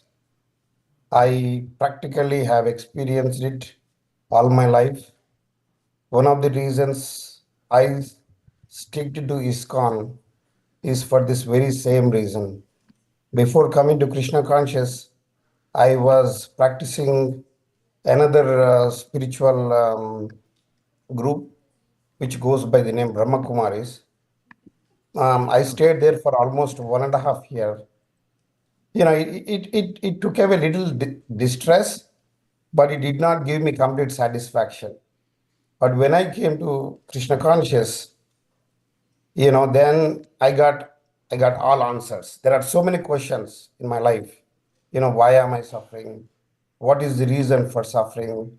Is the suffering because of my ignorance, or is the suffering because of my sinful past, or is it something else which is not under my control? So if I look at other processes, maybe Advaitism, or maybe the impersonal perception of God, like the Brahma Kumaris, or maybe the Ramakrishna mission, they all have answers, but they don't have a complete picture of what happens to the soul in this material world and why is there suffering, what is the remedy for suffering. And I just want to thank Srila Prabhupada, I just want to thank the Parampara for giving us the remedies, basically the remedy for suffering. Hare Krishna. Hare Krishna. Okay, we got some grateful souls signing in today. Okay, 1, 2. We're still in the game. Hare Krishna Maharaj. I have one question. In the purport we read, those just by simply following acharyas, we will also be liberated. So we read two types of statements. Some statements they say, unless you are completely purified of all material desires, we will not be able to enter the spiritual world. On the other hand, sometimes just by following and trying to please, we will be liberated. How do we understand both these statements, Maharaj? It's explained in the 10th canto of the Srimad Bhagavatam by the Devas who are offering prayers to Lord Krishna in the womb. That's Tvat pada potena mahatkritena kurvanti kovatsa padam pavabdim. That it's the path of following in the footsteps of a pure devotee, as Prahlad Maharaj mentions in his prayers, is so potent that the material world shrinks to the size of a water contained within the hoofprint of a calf by that method. And Prahlad Maharaj has mentioned this in his prayers, Naisham Matis Tavarukrama. How's that go? Naisham Matis Tavarukrama Sprishat Yanar Tabakamu Mahiyasam Padarajobhishekam Nishkinchananam Navranita Yava Naisham Matistava Rukramangrin Sprishart Yanarta Pagamo Yadartaha Mahiyasam Padarajobhishekam Nishkinchananam Navranita Yavat. He says, unless one is able to have this process of following a pure devotee and takes it very seriously, then he said that's the path to follow somebody who is niskinchana. They no longer have anything to do with the material world. And if you can devote yourself to such a person, then you'll also become like that. You'll develop that quality. In the same way, if you devote yourself to somebody who's full of material desires, you'll also become full of material desires. It's repeated in 5th canto, Rahu Ganaitat Tapasanayati Nachejayana Nirva. What's with me today? There we go. How's that verse start? It says, Rahu Ganaitat Tapasanayati Nachejaya Nirvapanad Grihadva Nachanda Sanaiva Jalagni Suryar Vina Mahatpadaru Jopishekam. Again, he's saying, it doesn't matter what else you do. In fact, he gets demonstrative about it. He says, you can get one of those ice baths. In fact, you got to go to the Himalaya or something in the winter and then submerge yourself in a pond somewhere. He said, if you do that and maybe get on YouTube and get 5 million views, but it's not going to get you bhakti. He said, you may expose yourself to fire. You may become the perfect sannyasi, grahasta, vanaprastha, whatever. But it's still, you follow all those things, it's not going to guarantee your success. But he said, what does guarantee your success is if you devote yourself to a pure devotee and just follow. The process is so potent. So what is a pure devotee? A pure devotee is somebody who's dedicated to a pure devotee. And the levels of success there are simply relative. But if one has that dedication to a pure devotee, as Bhaktivinoda Thakur sings in one of his songs, he said, here's what I'm going to do. I'm just going to be your dog. Just watch a dog and see. This is how you attain perfection.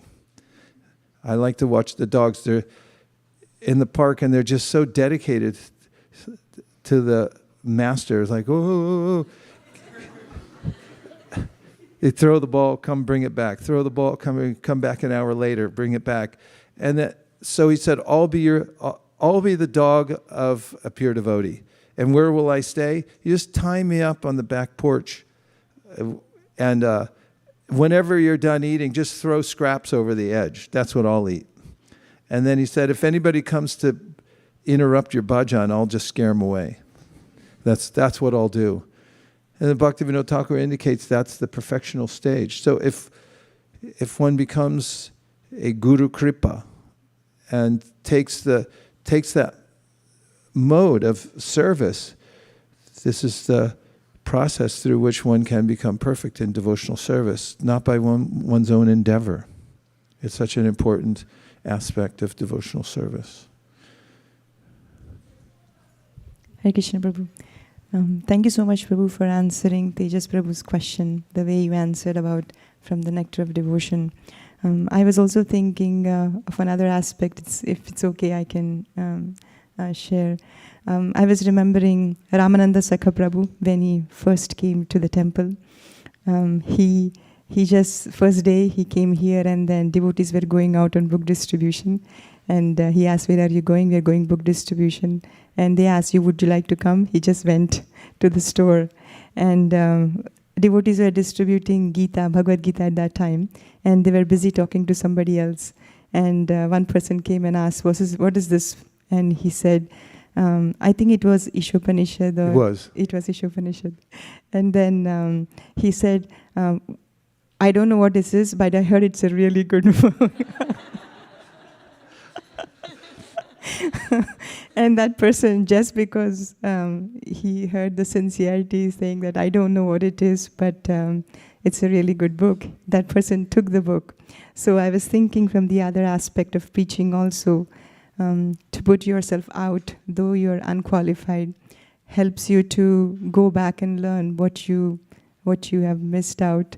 In that way, like preaching is a practical field where it helps us to improve ourselves and purify ourselves. So. And in extension of that, I remember one of the first Sankirtan gatherings we ever had, which was at your house on Supriya, after some of the devotees had gone out, and I remember Kameshwari and someone else, they had been out that day, maybe their first time.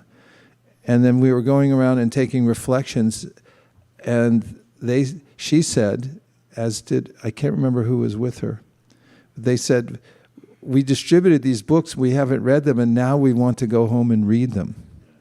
And I saw how that principle works. When you distribute it, then you get the impetus to read it more, and you see the reactions of people taking them, and the two things go together very nicely. Yeah. And also, we see for ourselves by the reaction of people who are randomly walking through the material world, when we're able to contact them and have an exchange with them, we see that devotion come out of them, it makes it all worth it. And we realize that's why I was here. I met two workers when I was in Wales. They were walking down the street and had kind of work clothes on, and they're a little older, but they looked like they could lift stuff. And I stopped them, and I was just talking to them for a few minutes. And the one man who stayed there to accept the Bhagavad Gita was effusive in the way he was appreciating the devotees. And he said some heartfelt things. Unfortunately, on the recording, that's the one that it's harder to hear. But he was saying, just meeting you all here today, this is before he even purchased the Bhagavad Gita, he said, this has uplifted my life, just seeing you here. And then talking to him about the Bhagavad Gita and asking him to chant the mantra, and he goes, oh yeah, I know that mantra, George Harrison, right? He said, this is the most important thing in the world. It's coming from a worker walking down the street ready to go fix something somewhere. And when you see that, you get the vision of how the soul's sojourn through this material world is troublesome, and that it's such a relief when they can come in contact with Krishna consciousness. And as I've said before many times, vicariously we get that when we see in our distribution to others how others become alive, then we remember how important it is to us to take it as well. Those two things propel us. Devarata.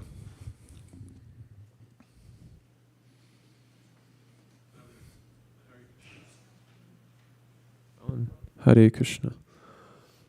I was just remembering, we've recently in Los Angeles have been doing swap meets, indoor swap meets. And it was about a month ago, Kira Chor and I went out, and I had been doing it every day with Suvarna Bindu up to that point. And when I told Kira Chor where we were going, he kind of looked at me. He was like, we were going to MacArthur Park in Los Angeles, which I didn't know is the most dangerous place in Los Angeles. It's really, really bad. So as we were driving down the road, Kira Chor didn't tell me the place. He said, all right. So he just put it in the GPS and we started driving. And as we're driving in, I'm like looking around. I'm like, no, wait a minute. This is looking like Mexico.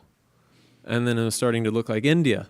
And then it was starting to look like India with a heroin addiction. So we finally get out, and it's a really, really dangerous place. It's very difficult to describe. The economic situation it's drug addicts selling stolen stuff to illegal immigrants, and there's like this constant loop which is maintaining the system there. And it's hundreds of people on one block of Los Angeles. And it's the epicenter of the fentanyl pandemic in Los Angeles right now. So we went there and we just went in and we went out. The swap meet was really small. Once we were in, it was kind of more quiet. But then on our way out, we were crossing the street, and I was really just wanting to get back to our vehicle and go to the next place. But when we were standing on the street corner, this guy called me. He said, hey. And he looked at me and he said, Hare Krishna. Can I have one of those?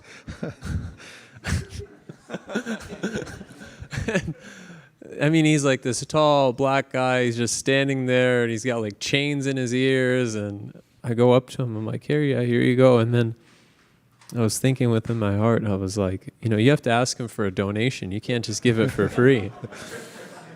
And I said, can you give a donation, man? And then he kind of smudged around in his various bags, and he pulled out a few dollars and took a Science of Self-Realization. And so when Kira Chor and I were leaving, I was just thinking, it's just a covering. Underneath that covering is the propensity to appreciate Krishna consciousness. You get to see it on the front lines when you go out to do that kind of thing.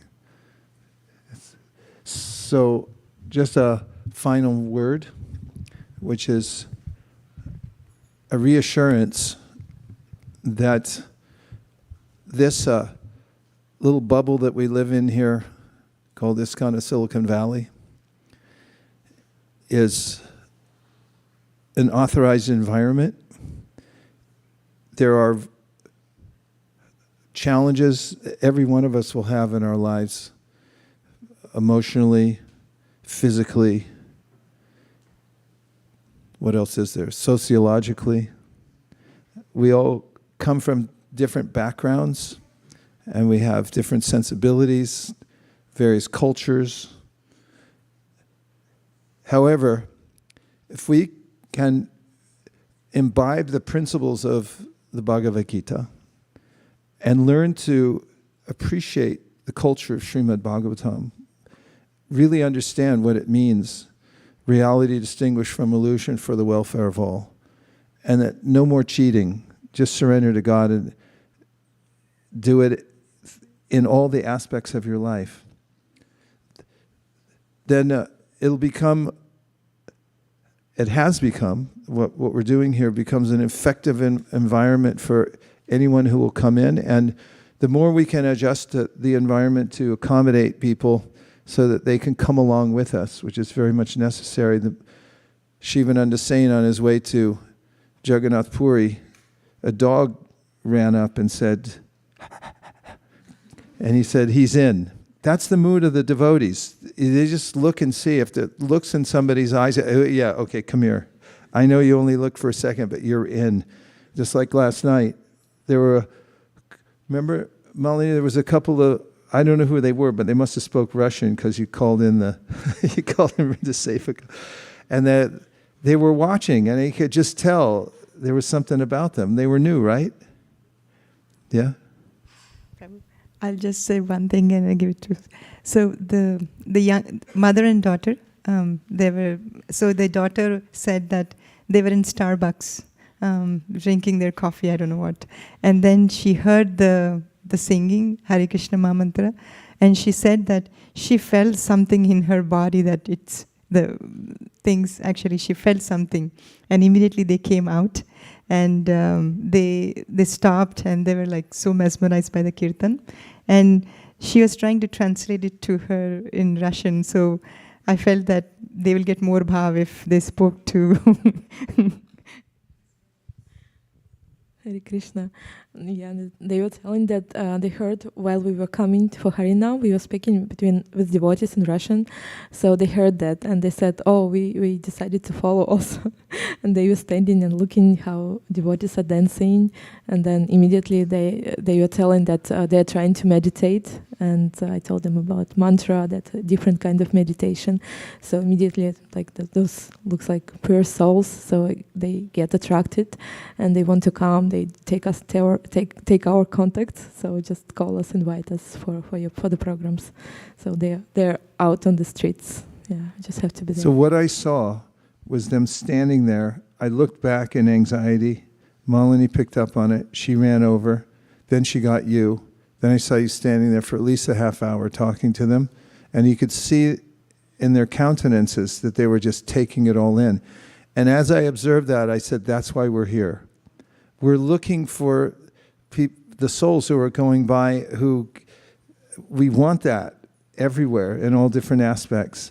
And that's what this verse is talking about. If we're oriented towards this, that we want to be accommodating to every soul to make sure that they come into the vibration and that we can take them step by step by the hand into the process of devotional service in a way that they can do it and they can make progress. That's the kind of compassion that Prabhupada then points back to the Bhagavad Gita and says that Krishna has said. If that's what you're doing, he said, there's nobody more dear to me in this world than that person. So that this is the ultimate conception. What all of you are doing here, what we're doing together, organizing around the principle of more distribution and more accommodation simultaneously. That's the highest sadhana that you can get according to the Srimad Bhagavatam. And as we do that, we'll develop our affinity more and more for the Holy Dham. We'll be granted not just entrance into Vaikuntha, but into the Boma Vrindavan. Who can go to Boma Vrindavan and feel satisfied just to stay there and appreciate every one of the deities there and then want to just hear Srimad Bhagavatam?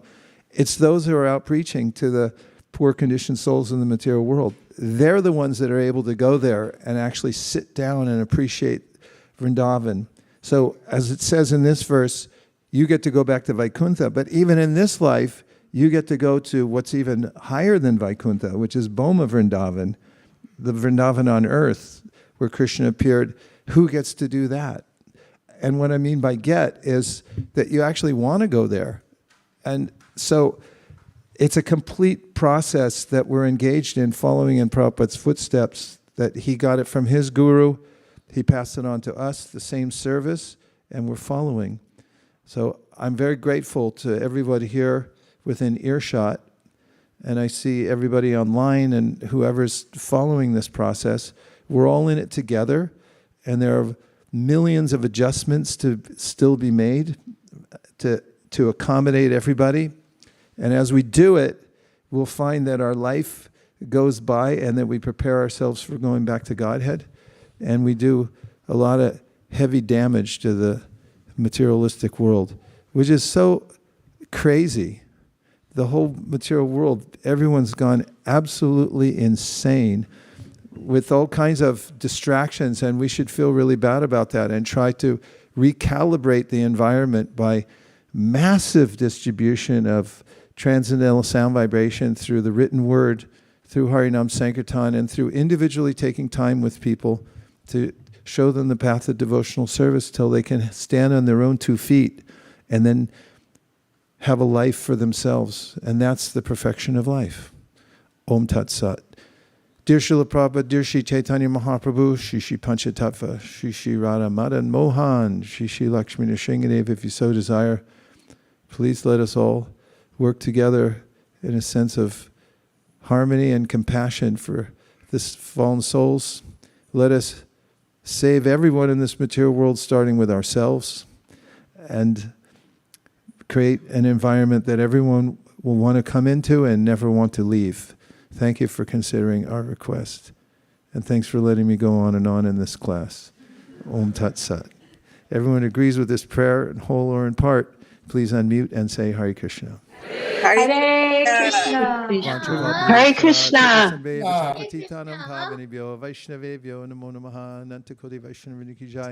We have Guru Puja. We do? I thought that's why I went on. I thought this note was to tell me to stop, but it didn't. Okay, now we have some presentations, and then we'll have Guru Puja. Hare Krishna. I thought they were over for the summer.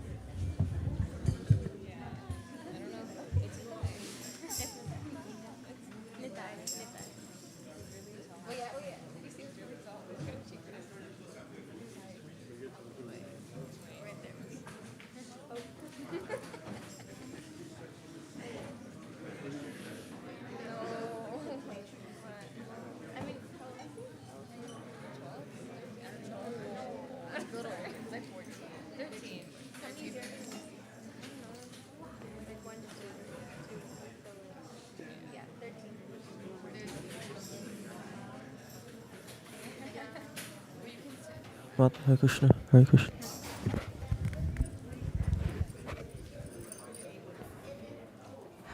Hare Krishna.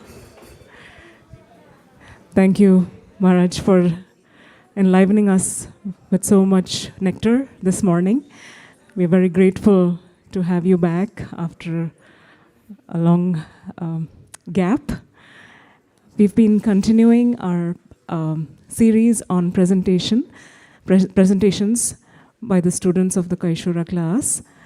And the book that they are presenting from is disapproved but not disowned.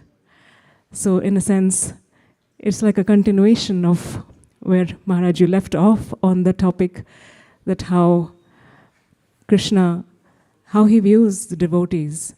Doesn't matter where they are. You know, like you were mentioning earlier, on the Kanishta level or on the higher levels, as soon as they walk in to this process of bhakti yoga, and how much ever they do, even though it may be small in the beginning or even significant, but Krishna doesn't disown them because of some mistakes. He may disapprove. So this is the series that we are presenting on, and I will hand over to Nitai today for presenting a topic from the Bhagavatam on this topic. Thank you.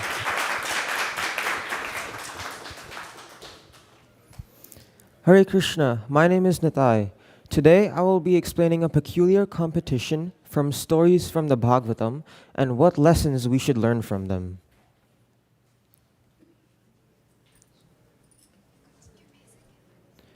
Before we start, let me ask a simple question. When 99 and 100 compete with each other, which one will win? 100, right? Yeah.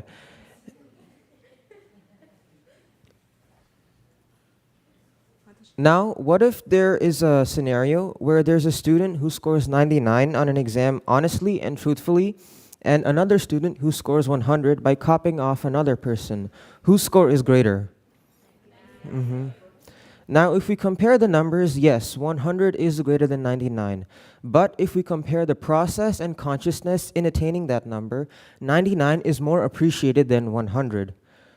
Once upon a time, there were two kings who scored 99 and 100 in some subject. Interestingly, the king who scored 99 is adored more and is greater in many ways. King Prithu was an exemplary ruler of the earth who ruled his citizens just like a father.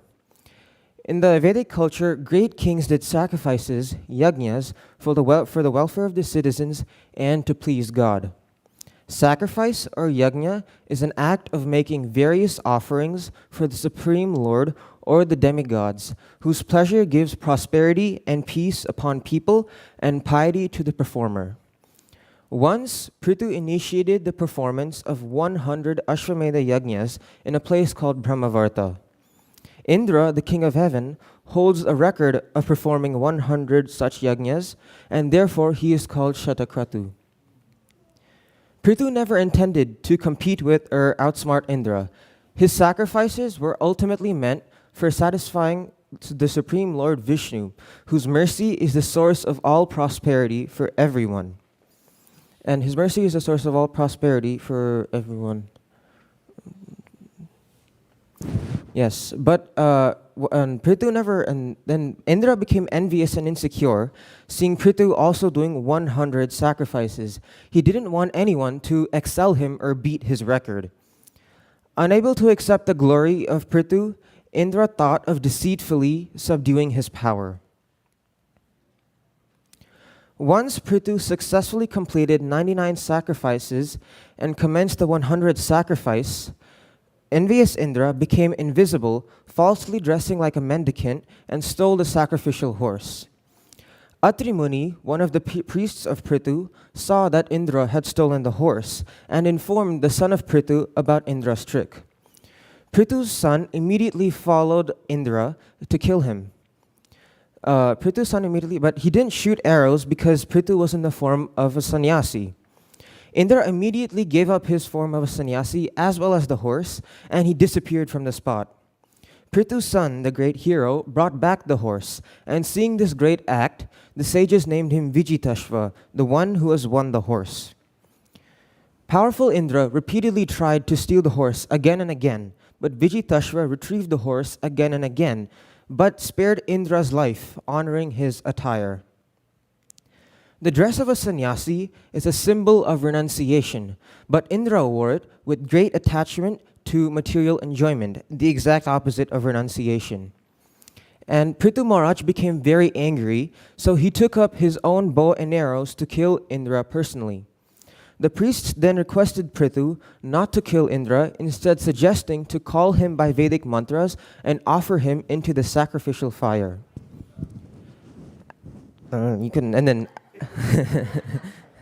As the priests prepared to offer oblations into the fire, in anger, Lord Brahma, the primeval creator of the universe, appeared to stop this grave act, and you can imagine why.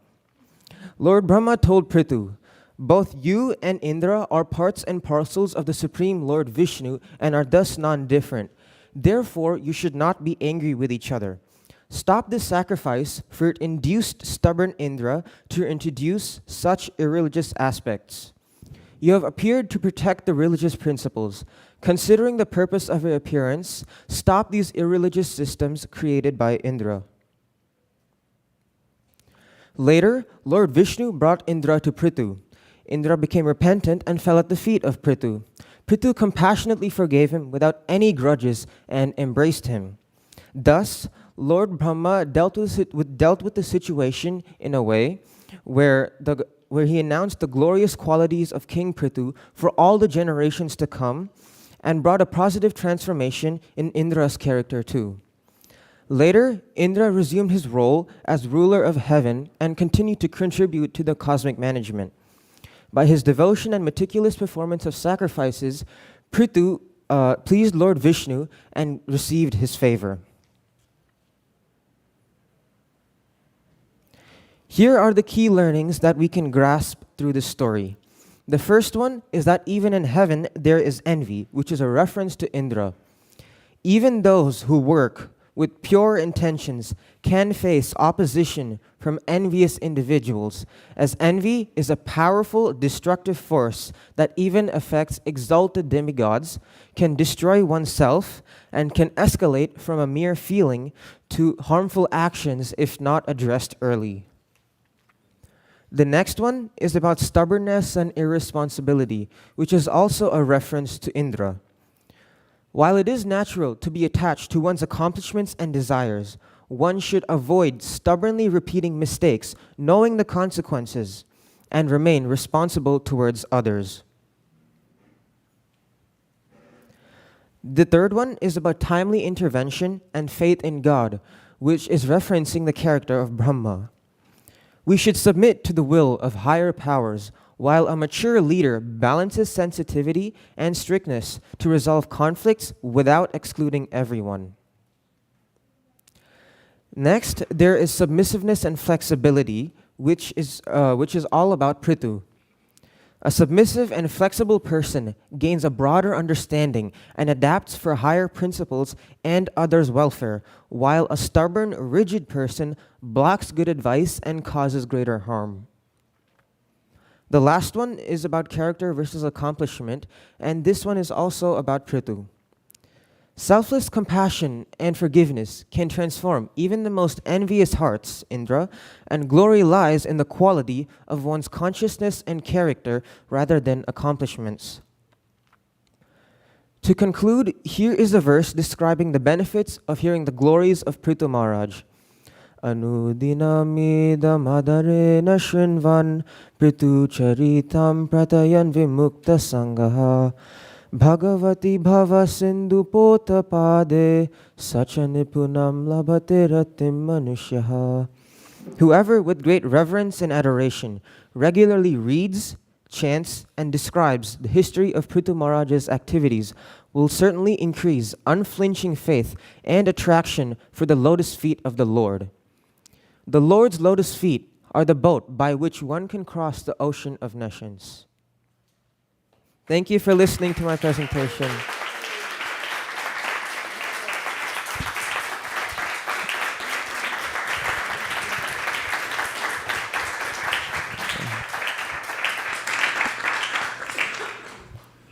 Nita, you've become a giant, not just in stature, but also in the way you very forcefully, but in such an organized way, present the Siddhanta.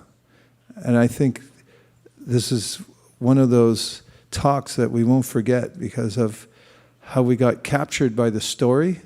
And you first brought up this conundrum, like which is better, 99 or 100? And we knew there was a trick question. So we got intrigued at the very beginning, and then you brought us into this moral dilemma, which is better. It was such a clearly presented Katha with a result that we can all take away that makes us better for it. And I think that your presentation was really well done. Thank you. Hare Krishna. You.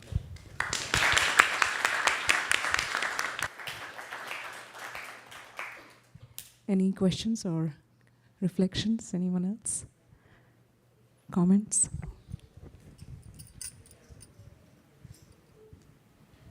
Did Indra face any repercussions for his actions or any consequences? Or was he just let off easily because then that feels like it's unfair? He begged forgiveness from Prithu, and Prithu forgave him. And since Prithu was a pure devotee, since he whenever a person does a mistake or an offense to a pure devotee, if the pure devotee forgives him, then like he's automatically released from the reactions of that offense.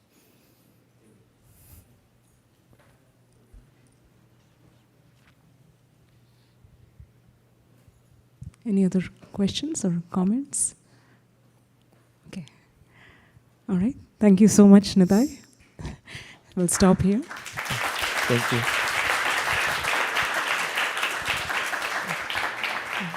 Thank you for listening, and we will continue our series.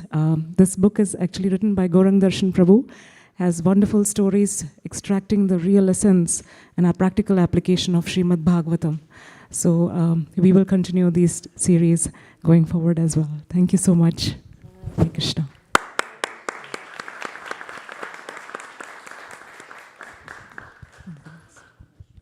Guru Puja in 32 seconds.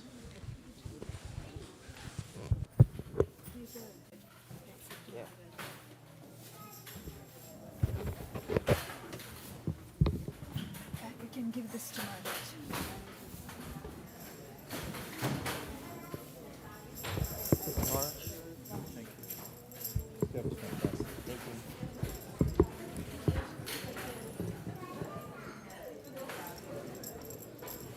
I'd like to donate to the audio visual department.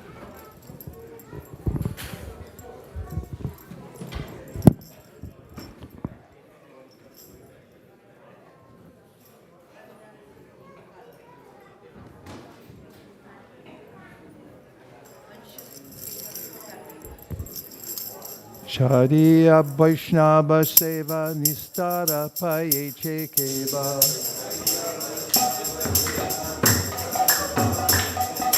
Chariya Vaishnava Seva Nistara Paye Chekeva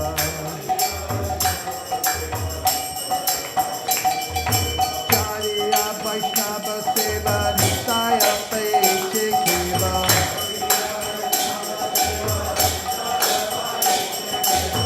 Chariya Vaishnava Seva Nistara Paye Chekeva Jaya Prabhupada, Prabhupada, Prabhupada,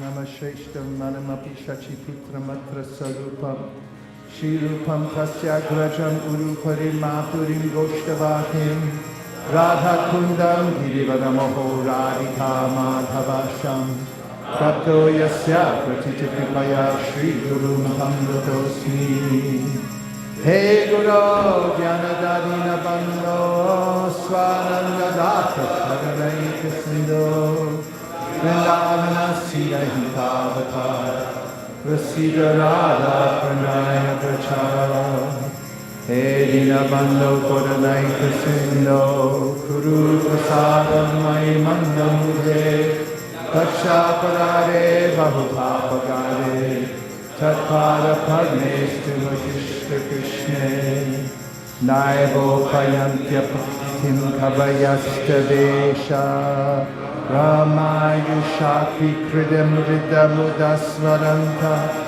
Yontara Bahisthanugraham Ashubham Vajunvam Acharya Chaitya Vapusha Swagatim Yanaki.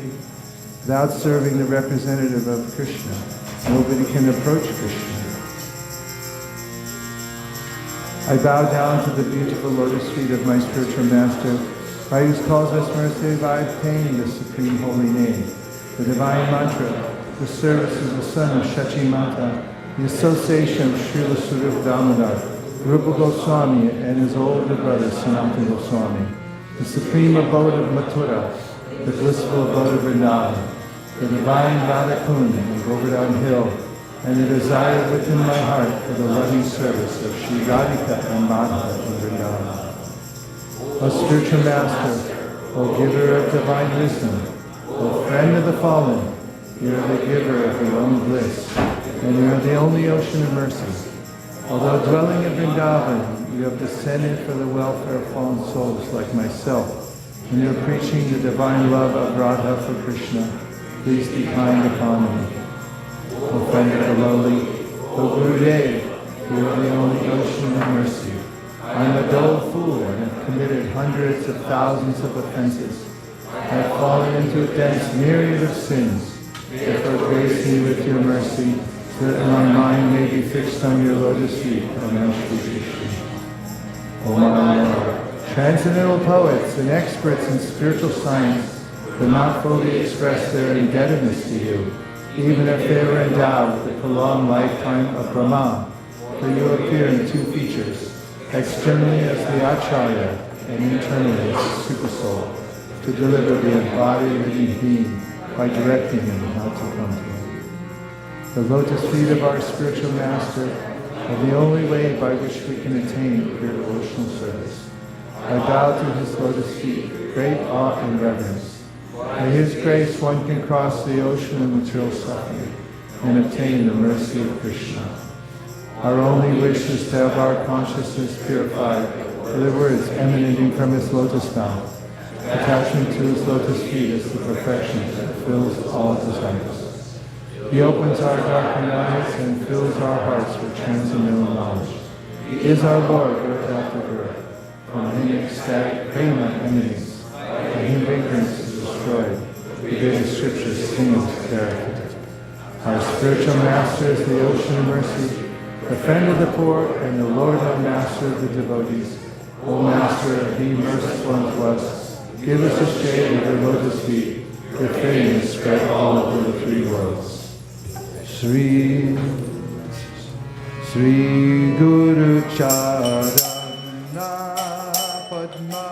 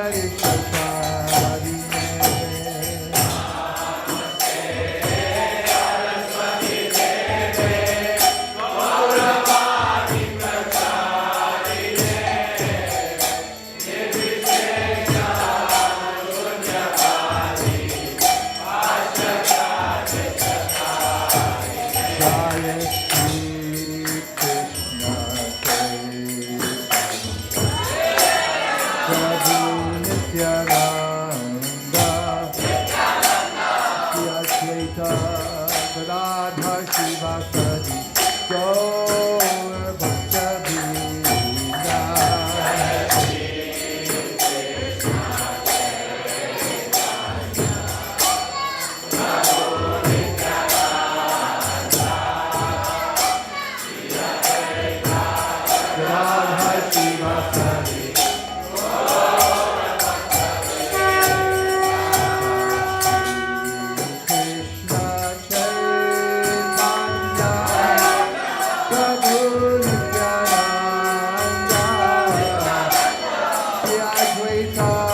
Gadadhar Shivasadi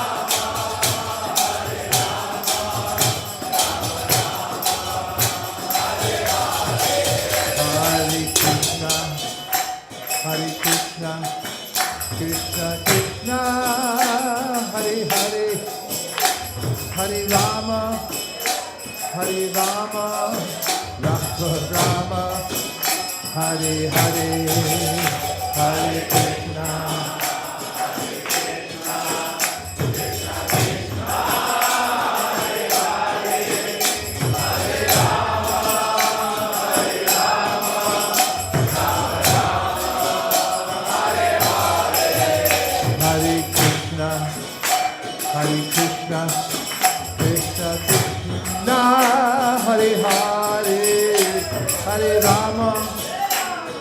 Rama, Rama Rama, Hare Hare, Hare Krishna, Krishna Krishna Krishna,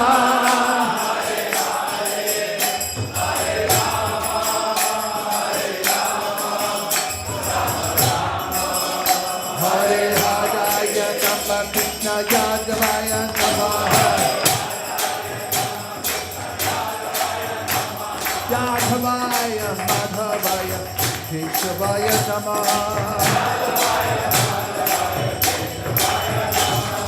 Gopal Govinda Ram, Srimad Sudan,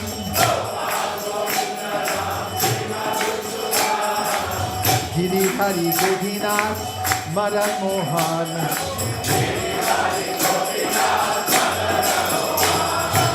Chaitanya Nityananda, Sri Advaita Sita,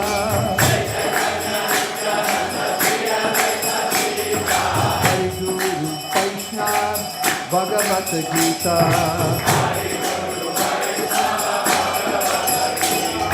Sri Rup Sri Sanatan, Bhakta Raghunath, Sri Jiva Gopal Bhakta Das Raghunath, H.I. Gosai Kori Charana Vandan,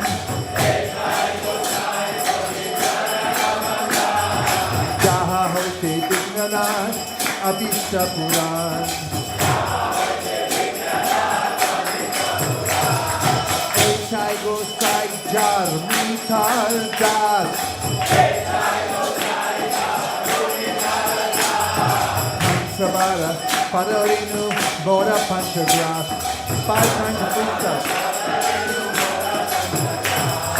Chandra Charana Sevi Bhakta Sanivas, Janame Janame Hoy Eya Bilas,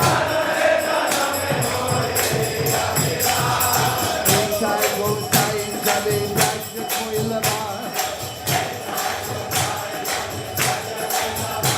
Radha Krishna Nijayla Koila Prakash, Radha Krishna Nijayla Koila Prakash. Get ready! Bolo Anande Bolo Hare Bhajan Nama, Bolo Anande Bolo Hare Bhajan Nama, Sri Guru Vaishnava Bhadi Nandamiyaman,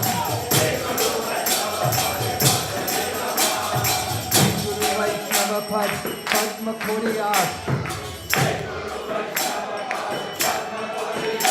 Hare Nam Sankirtan Kohe Narottamada, Hare Nam Sankirtan Kohe Narottamada,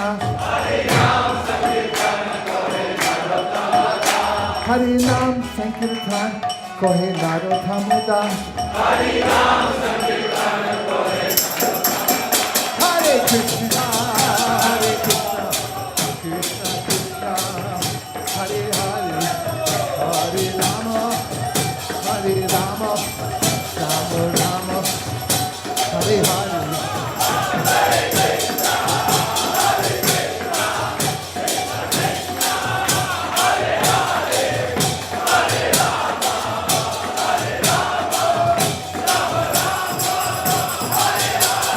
Hare Krishna, Hare Krishna, Krishna Krishna, Hare Hare, Hare Rama, Hare Rama, Rama Rama, Hare Hare.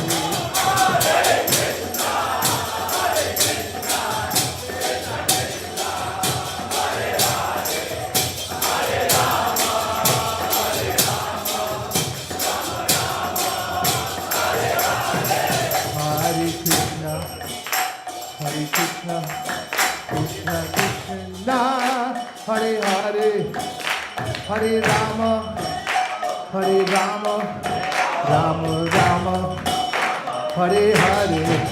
Hare Krishna,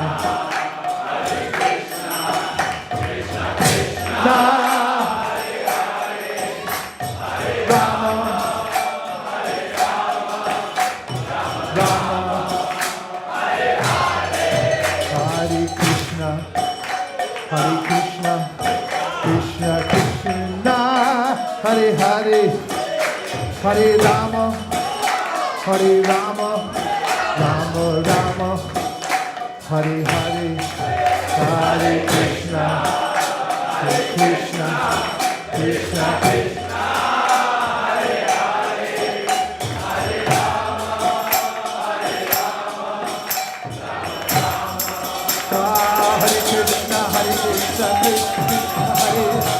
Hare Ram, Ram Ram, Hare Hare.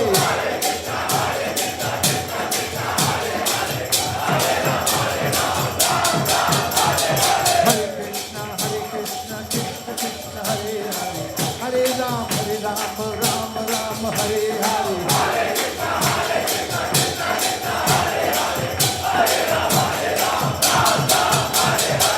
Hare Krishna, Krishna Krishna, Hare Hare, Hare Rama, Rama Rama, Hare Hare. Mantra.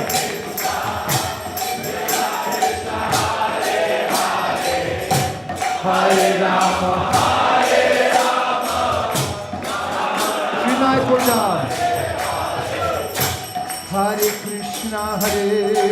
Krishna, Krishna Krishna, Hare Hare, Hare Rama,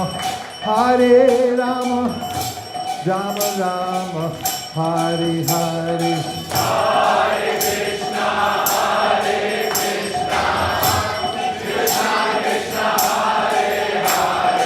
Shri Shri Radha Madan Mohan Ji ki jai.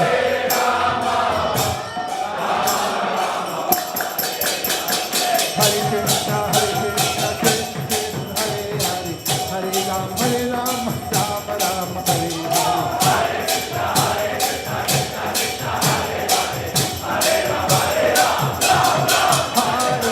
Krishna,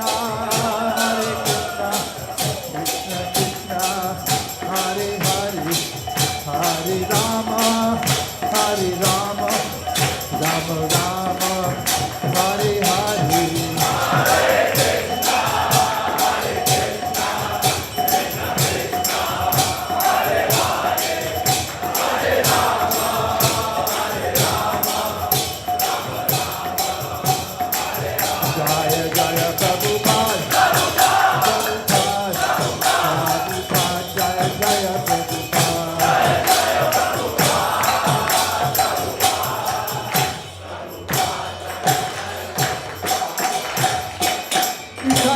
Premanande, Shri Harinam Sankirtan ki, Shri Harinam Mantra ki, Shri Harinam Prabhu ki, Gaura Premanande, Nitai Gaur Hari Bo, Hari Bo, Hari Bo, Nitai Gaur Hari Bo.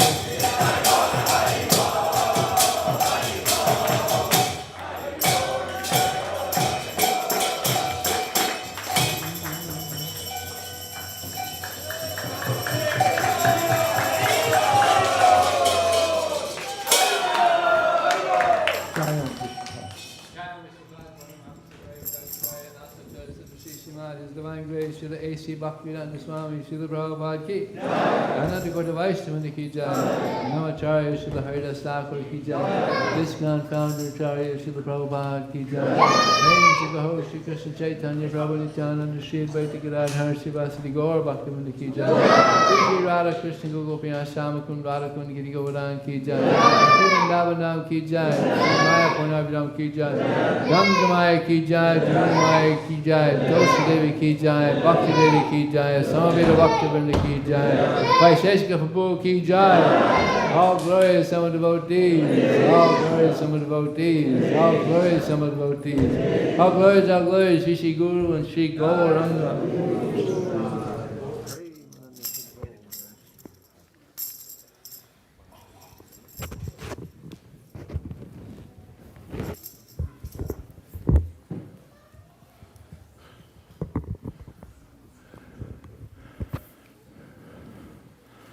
So I was wondering why I felt like my life had come back in my body.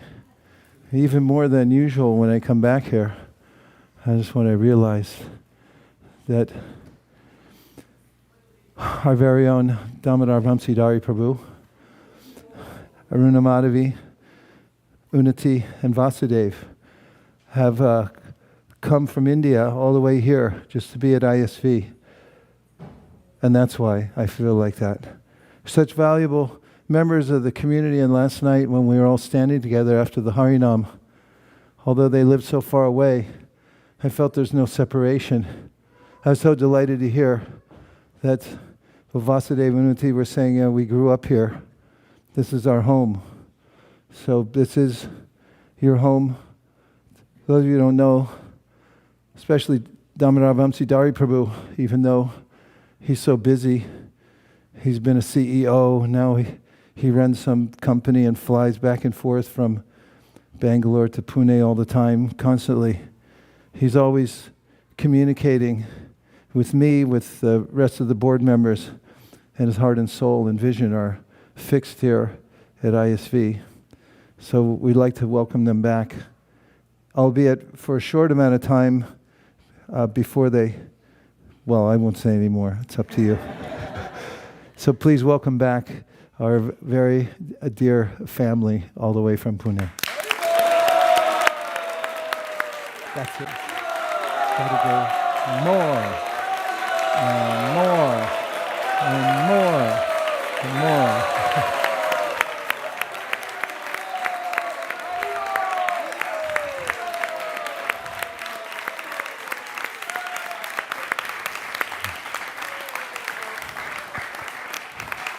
And now we have a couple of announcements, both from our Bhakti community and from our book distribution team.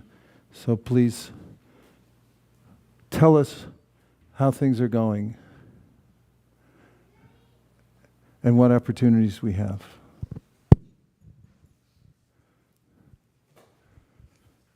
Hare Krishna. Things are going well. In your absence, we got a lot of support from Srivas Pandit Prabhu. I'm not sure if he's here. I saw him in the morning. He really helped us on many sessions on Mondays, so those really went well. And all our volunteers helped us on the Thursday session.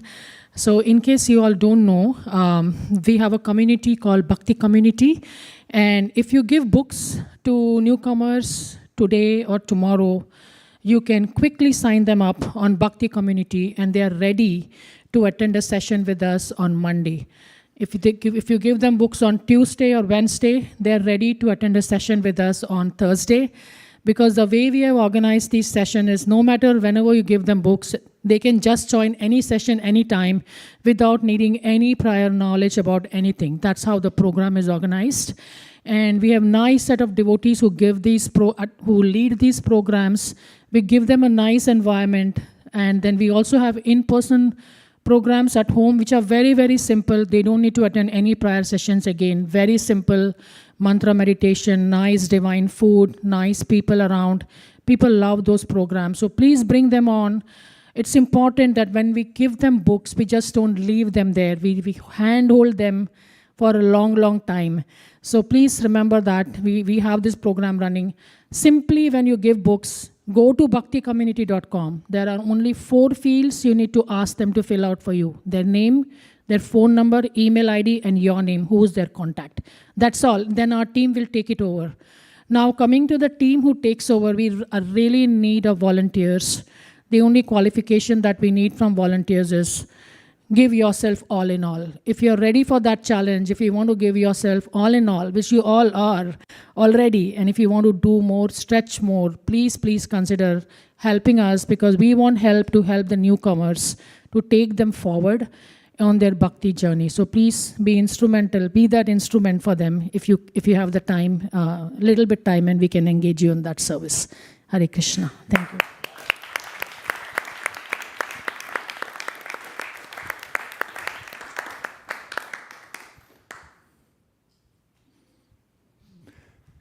Hare Krishna.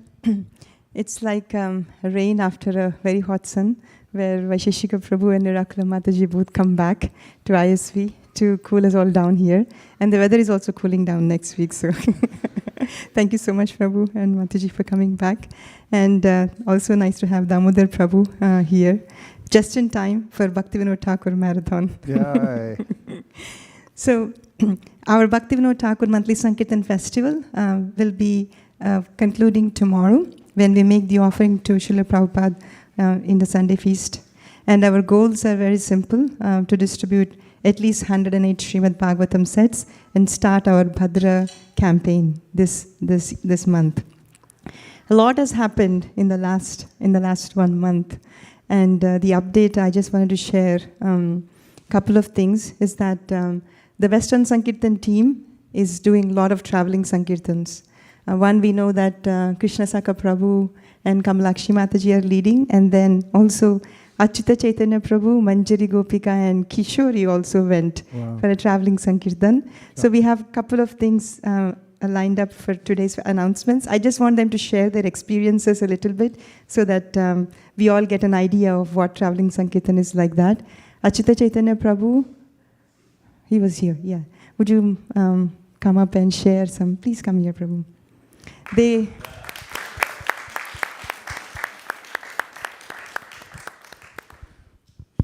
Thank you, Mataji. So, seeing devotees going, traveling Sankirtan, Kautukan Prabhu and many other devotees, we felt that we also wanted to go.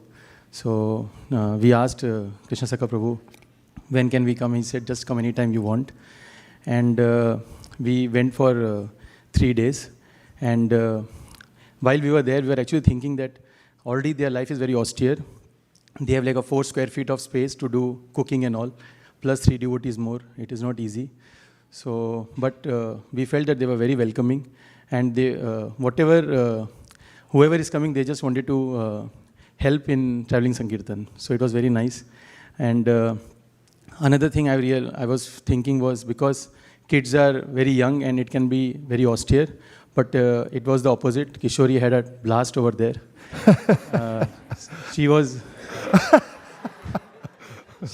sleeping in the van, taking bath in the river. So, and nature's call in the woods. It was a very different experience, but she had a very good time. And my realization was, sometimes we say that local places becomes little saturated, but there are very few devotees who are going for traveling Sankirtan. Maybe you can count on fingers. And it's a completely untapped market, as we call in corporate world. Most of the people we are seeing over there, they never heard of Bhagavad Gita or other books. They were happy to take all the books, SSR, 4 questions. And one thing that my realization was that even if we are not able to do books, we are just standing there, we say that we have touched the pavement, that is our win. But when they just see us, they have appreciation in the heart. Even if they don't take books, they get the Bhakti Sukruti. So I just felt that just standing there at the book, near the book table itself, give them the pious credits when they just see the devotees trying to spread the knowledge. So yeah, that's it.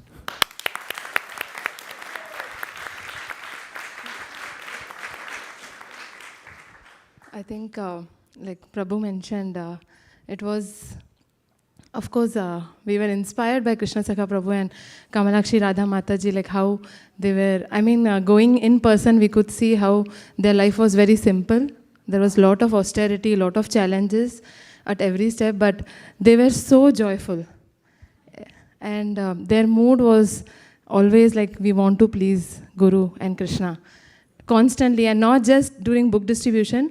One takeaway for me was like, whomever they met, like, we met like a lot of park rangers, we met, when we entered, there was some ticketing system, and everyone would, like, Krishna Saka Prabhu would always make them smile, and they were so appreciative. Okay, you can carry on. On Sunday, we actually started early. Krishna Saka Prabhu was completing his rounds, and we actually got kicked off by the park ranger, and then we were, this was very, they already tried in Mammoth Lake, and then this was the spot they found. And then we were again thinking, like, it might be hard for Krishna Saka Prabhu that, he has to again figure out another spot. And it was our last day. And then Krishna Saka Prabhu came back. and the park ranger was leaving, and he just spoke few minutes, and park ranger said, "Please continue." So we were intensely praying, what should we do next? And Krishna Sakha Prabhu came and he solved it, and back to back to business. And like Prabhu mentioned, people, for us also, like as devotees, we felt being in nature, there's a lot of, with simplicity and lot of minimalist things, grounded us, and also being more dependent on Krishna, because we didn't know what is going to happen next step. It gave us a lot of realizations, and also such wonderful people, in traveling Sankirtan. Like Krishna sends, it's like we were seeing actually like how Krishna was sending all the ripened souls. And Kamalakshmi Mataji, like she would stand and everyone would just get connected to her, like her purity and her sincerity. Books were flying, Bhagavatams were flying. We didn't have to do anything, like just stand there and be. So a lot of appreciation for Maharaj, you and Erukula Mataji, because of which Krishna Sakha Prabhu and Kamalakshmi Mataji, they got, they are running this marathon of traveling Sankirtan, and we also got this tiny opportunity to experience, which was such memorable and unforgettable Sankirtan memories.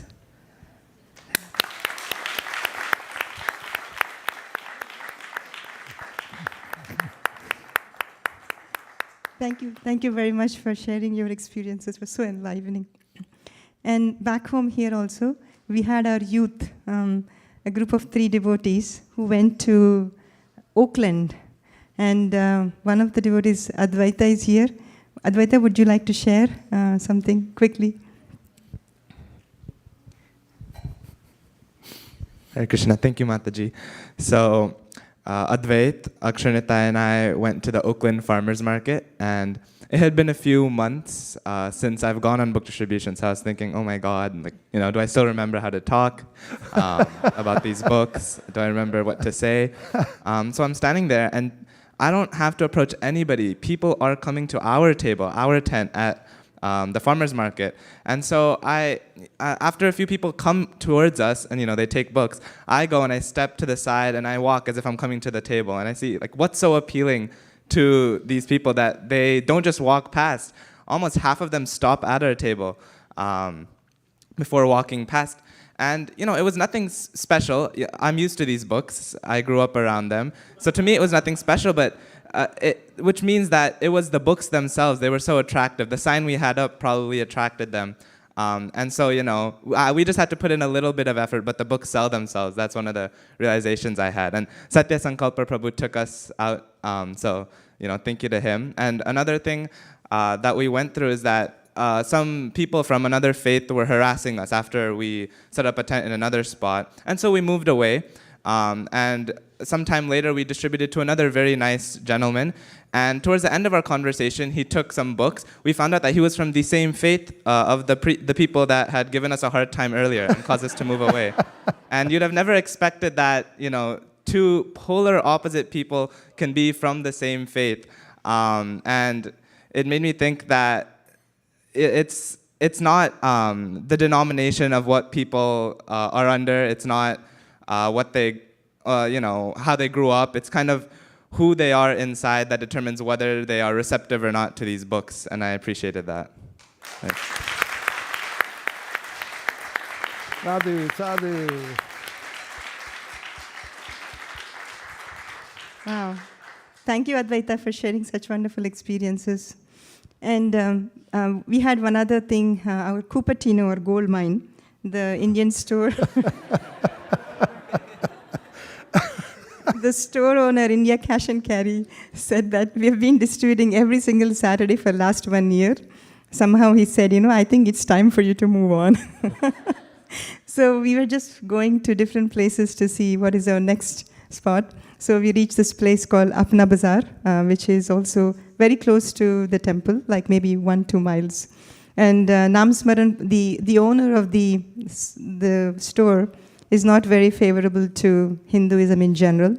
So Namsmaran Prabhu, he actually got congressman to, is it congressman or, yeah, he is, okay.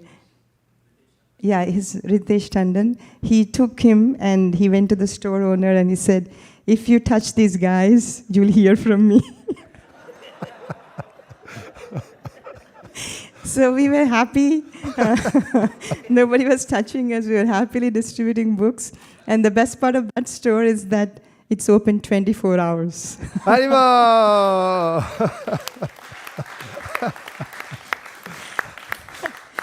And we distributed about 15 Bhagavatam sets that day. Achita Kumar Prabhu did most of it. And the next week, we went back again to that same spot, but this time Ritesh Tandon was not with us. So the owner didn't say anything to us. He directly called the police. And the police came and he said, do you have permission here? We said, yeah, last week we got permission. And then he asked the name of the person who gave us permission. He went back with the owner. And owner said, I don't know anybody who gave you permission. So the police said, you cannot, I mean, there's nothing wrong in what you're doing here, but because this place belongs to him, you can set up the books there. So we asked him, can we do it a little bit outside the store? It's a big complex, and people walk by that area anyway. So then we moved the table a little bit outside under the tree, and we asked the police, is it okay to set up the table here? And he said like this. And because we lost some time in setting up the table and everything, we were only able to distribute 9 sets of Bhagavatam. But we are going to go back again today and try and see.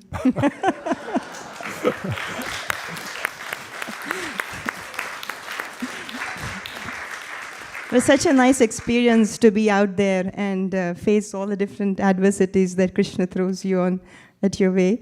And somehow, again, he comes back to rescue us without our endeavor at all. So that was a nice experience. So if you want to experience some interesting things, please do join us. There's a spot in Cupertino. We have one in Fremont that Kameshwari goes. And then we have one in Dublin, Pleasanton. And there are a lot of Western Sankirtan spots that are also going today. There's one last thing I wanted to share. So there was one person we met in Cupertino, like maybe almost 7-8 months ago, when we tried to talk to them about Bhagavatam, and he said, no, he's more of an experiential person. He doesn't like to read and he doesn't like to follow. He just wants to experience.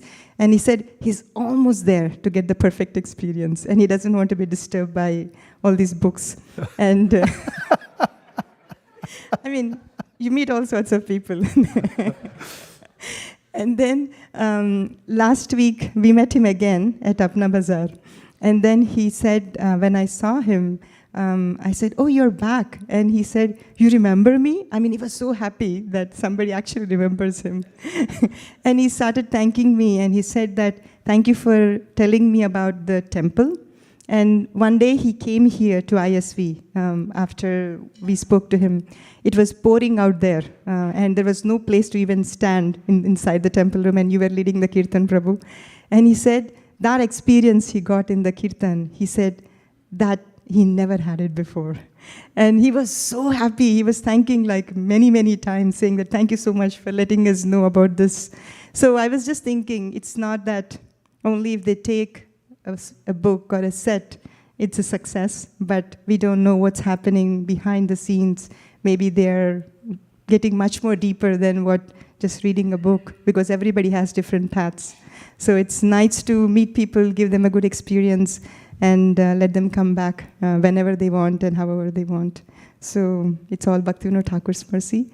Thank you very much. Hare Krishna.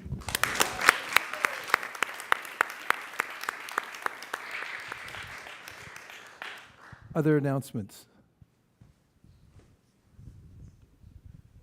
Hare Krishna. So Saturdays, we also have everyone's favorite part, which is Prashadam. And we also have our Sunday feasts. And for both feasts, we have sponsors that make it possible. So today's sponsors are Mohan Rao Keta Prabhu, Chamundeshwari Mataji, and Vedashri, who are sponsoring on the occasion of Vedashri and Mohan Rao Prabhu's birthday. I don't know if they're here or they're not here, but we're thanking you. And And if you're interested in sponsoring any of the further Saturday feasts going forward or Sunday feasts, you can contact Sri Gopal Prabhu, who's sitting over there, or myself. Haribol.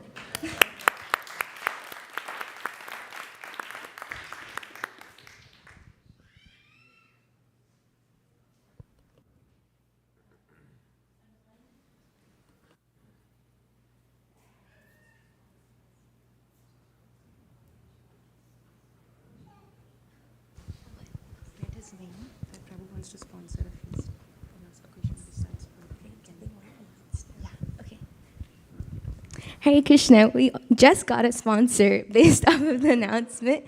So thank you so much. Prabhu, what is your son's name? Aman Kumar Agarwal is sponsoring for his birthday today.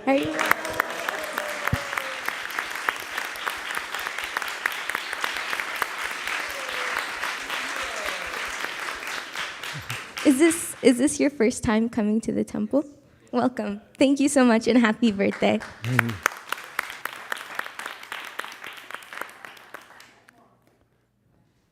What? Yes, Prabhu?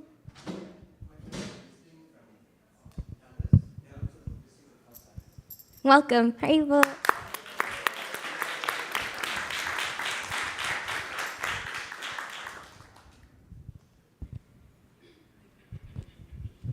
Hare Krishna. On behalf of the Shloka team, this is just a reminder that please submit your recitation for Prahlad Maharaj's prayers, however many you've done, on the form that will be sent out later today by Friday.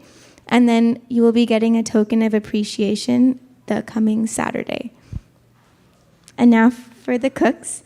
Today's prasadam was cooked by Koladveep Prana Prabhu, Dhir Prashant Prabhu, Aruna Madhavi Mataji, Shama Bhakta Prabhu, Rama Priya Prabhu, Sukarupa Mataji, Prem Nitai Prabhu, Hansa Priya Mataji, and Shailan Prabhu.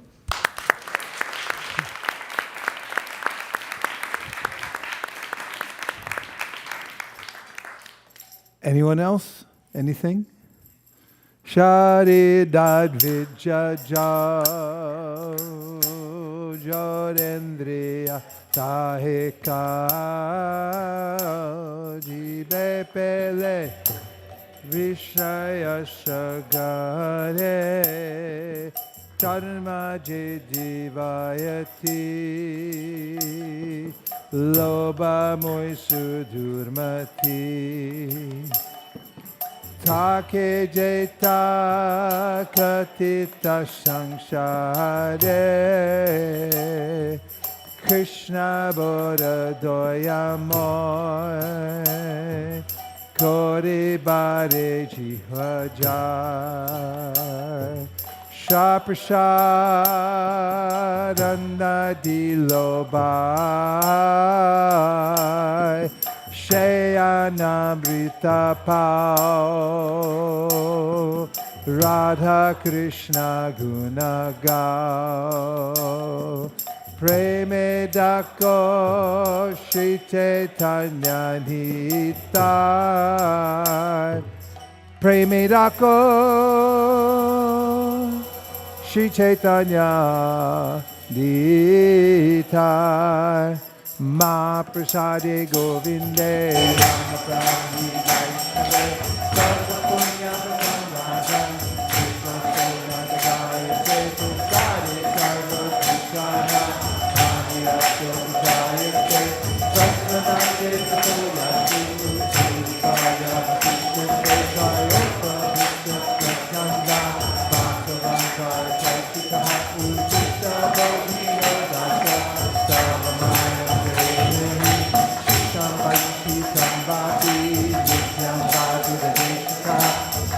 Matrena Bhokta Jam Dasakala Sadhana Deshaniya Matsaprana Kalaniya Matsatra Saktamanam Vitam Sashe Bhaktarahara Abravid Bhagavat Shri Mahaprasad Ki Gaur Premanande Diktai Gaura Hari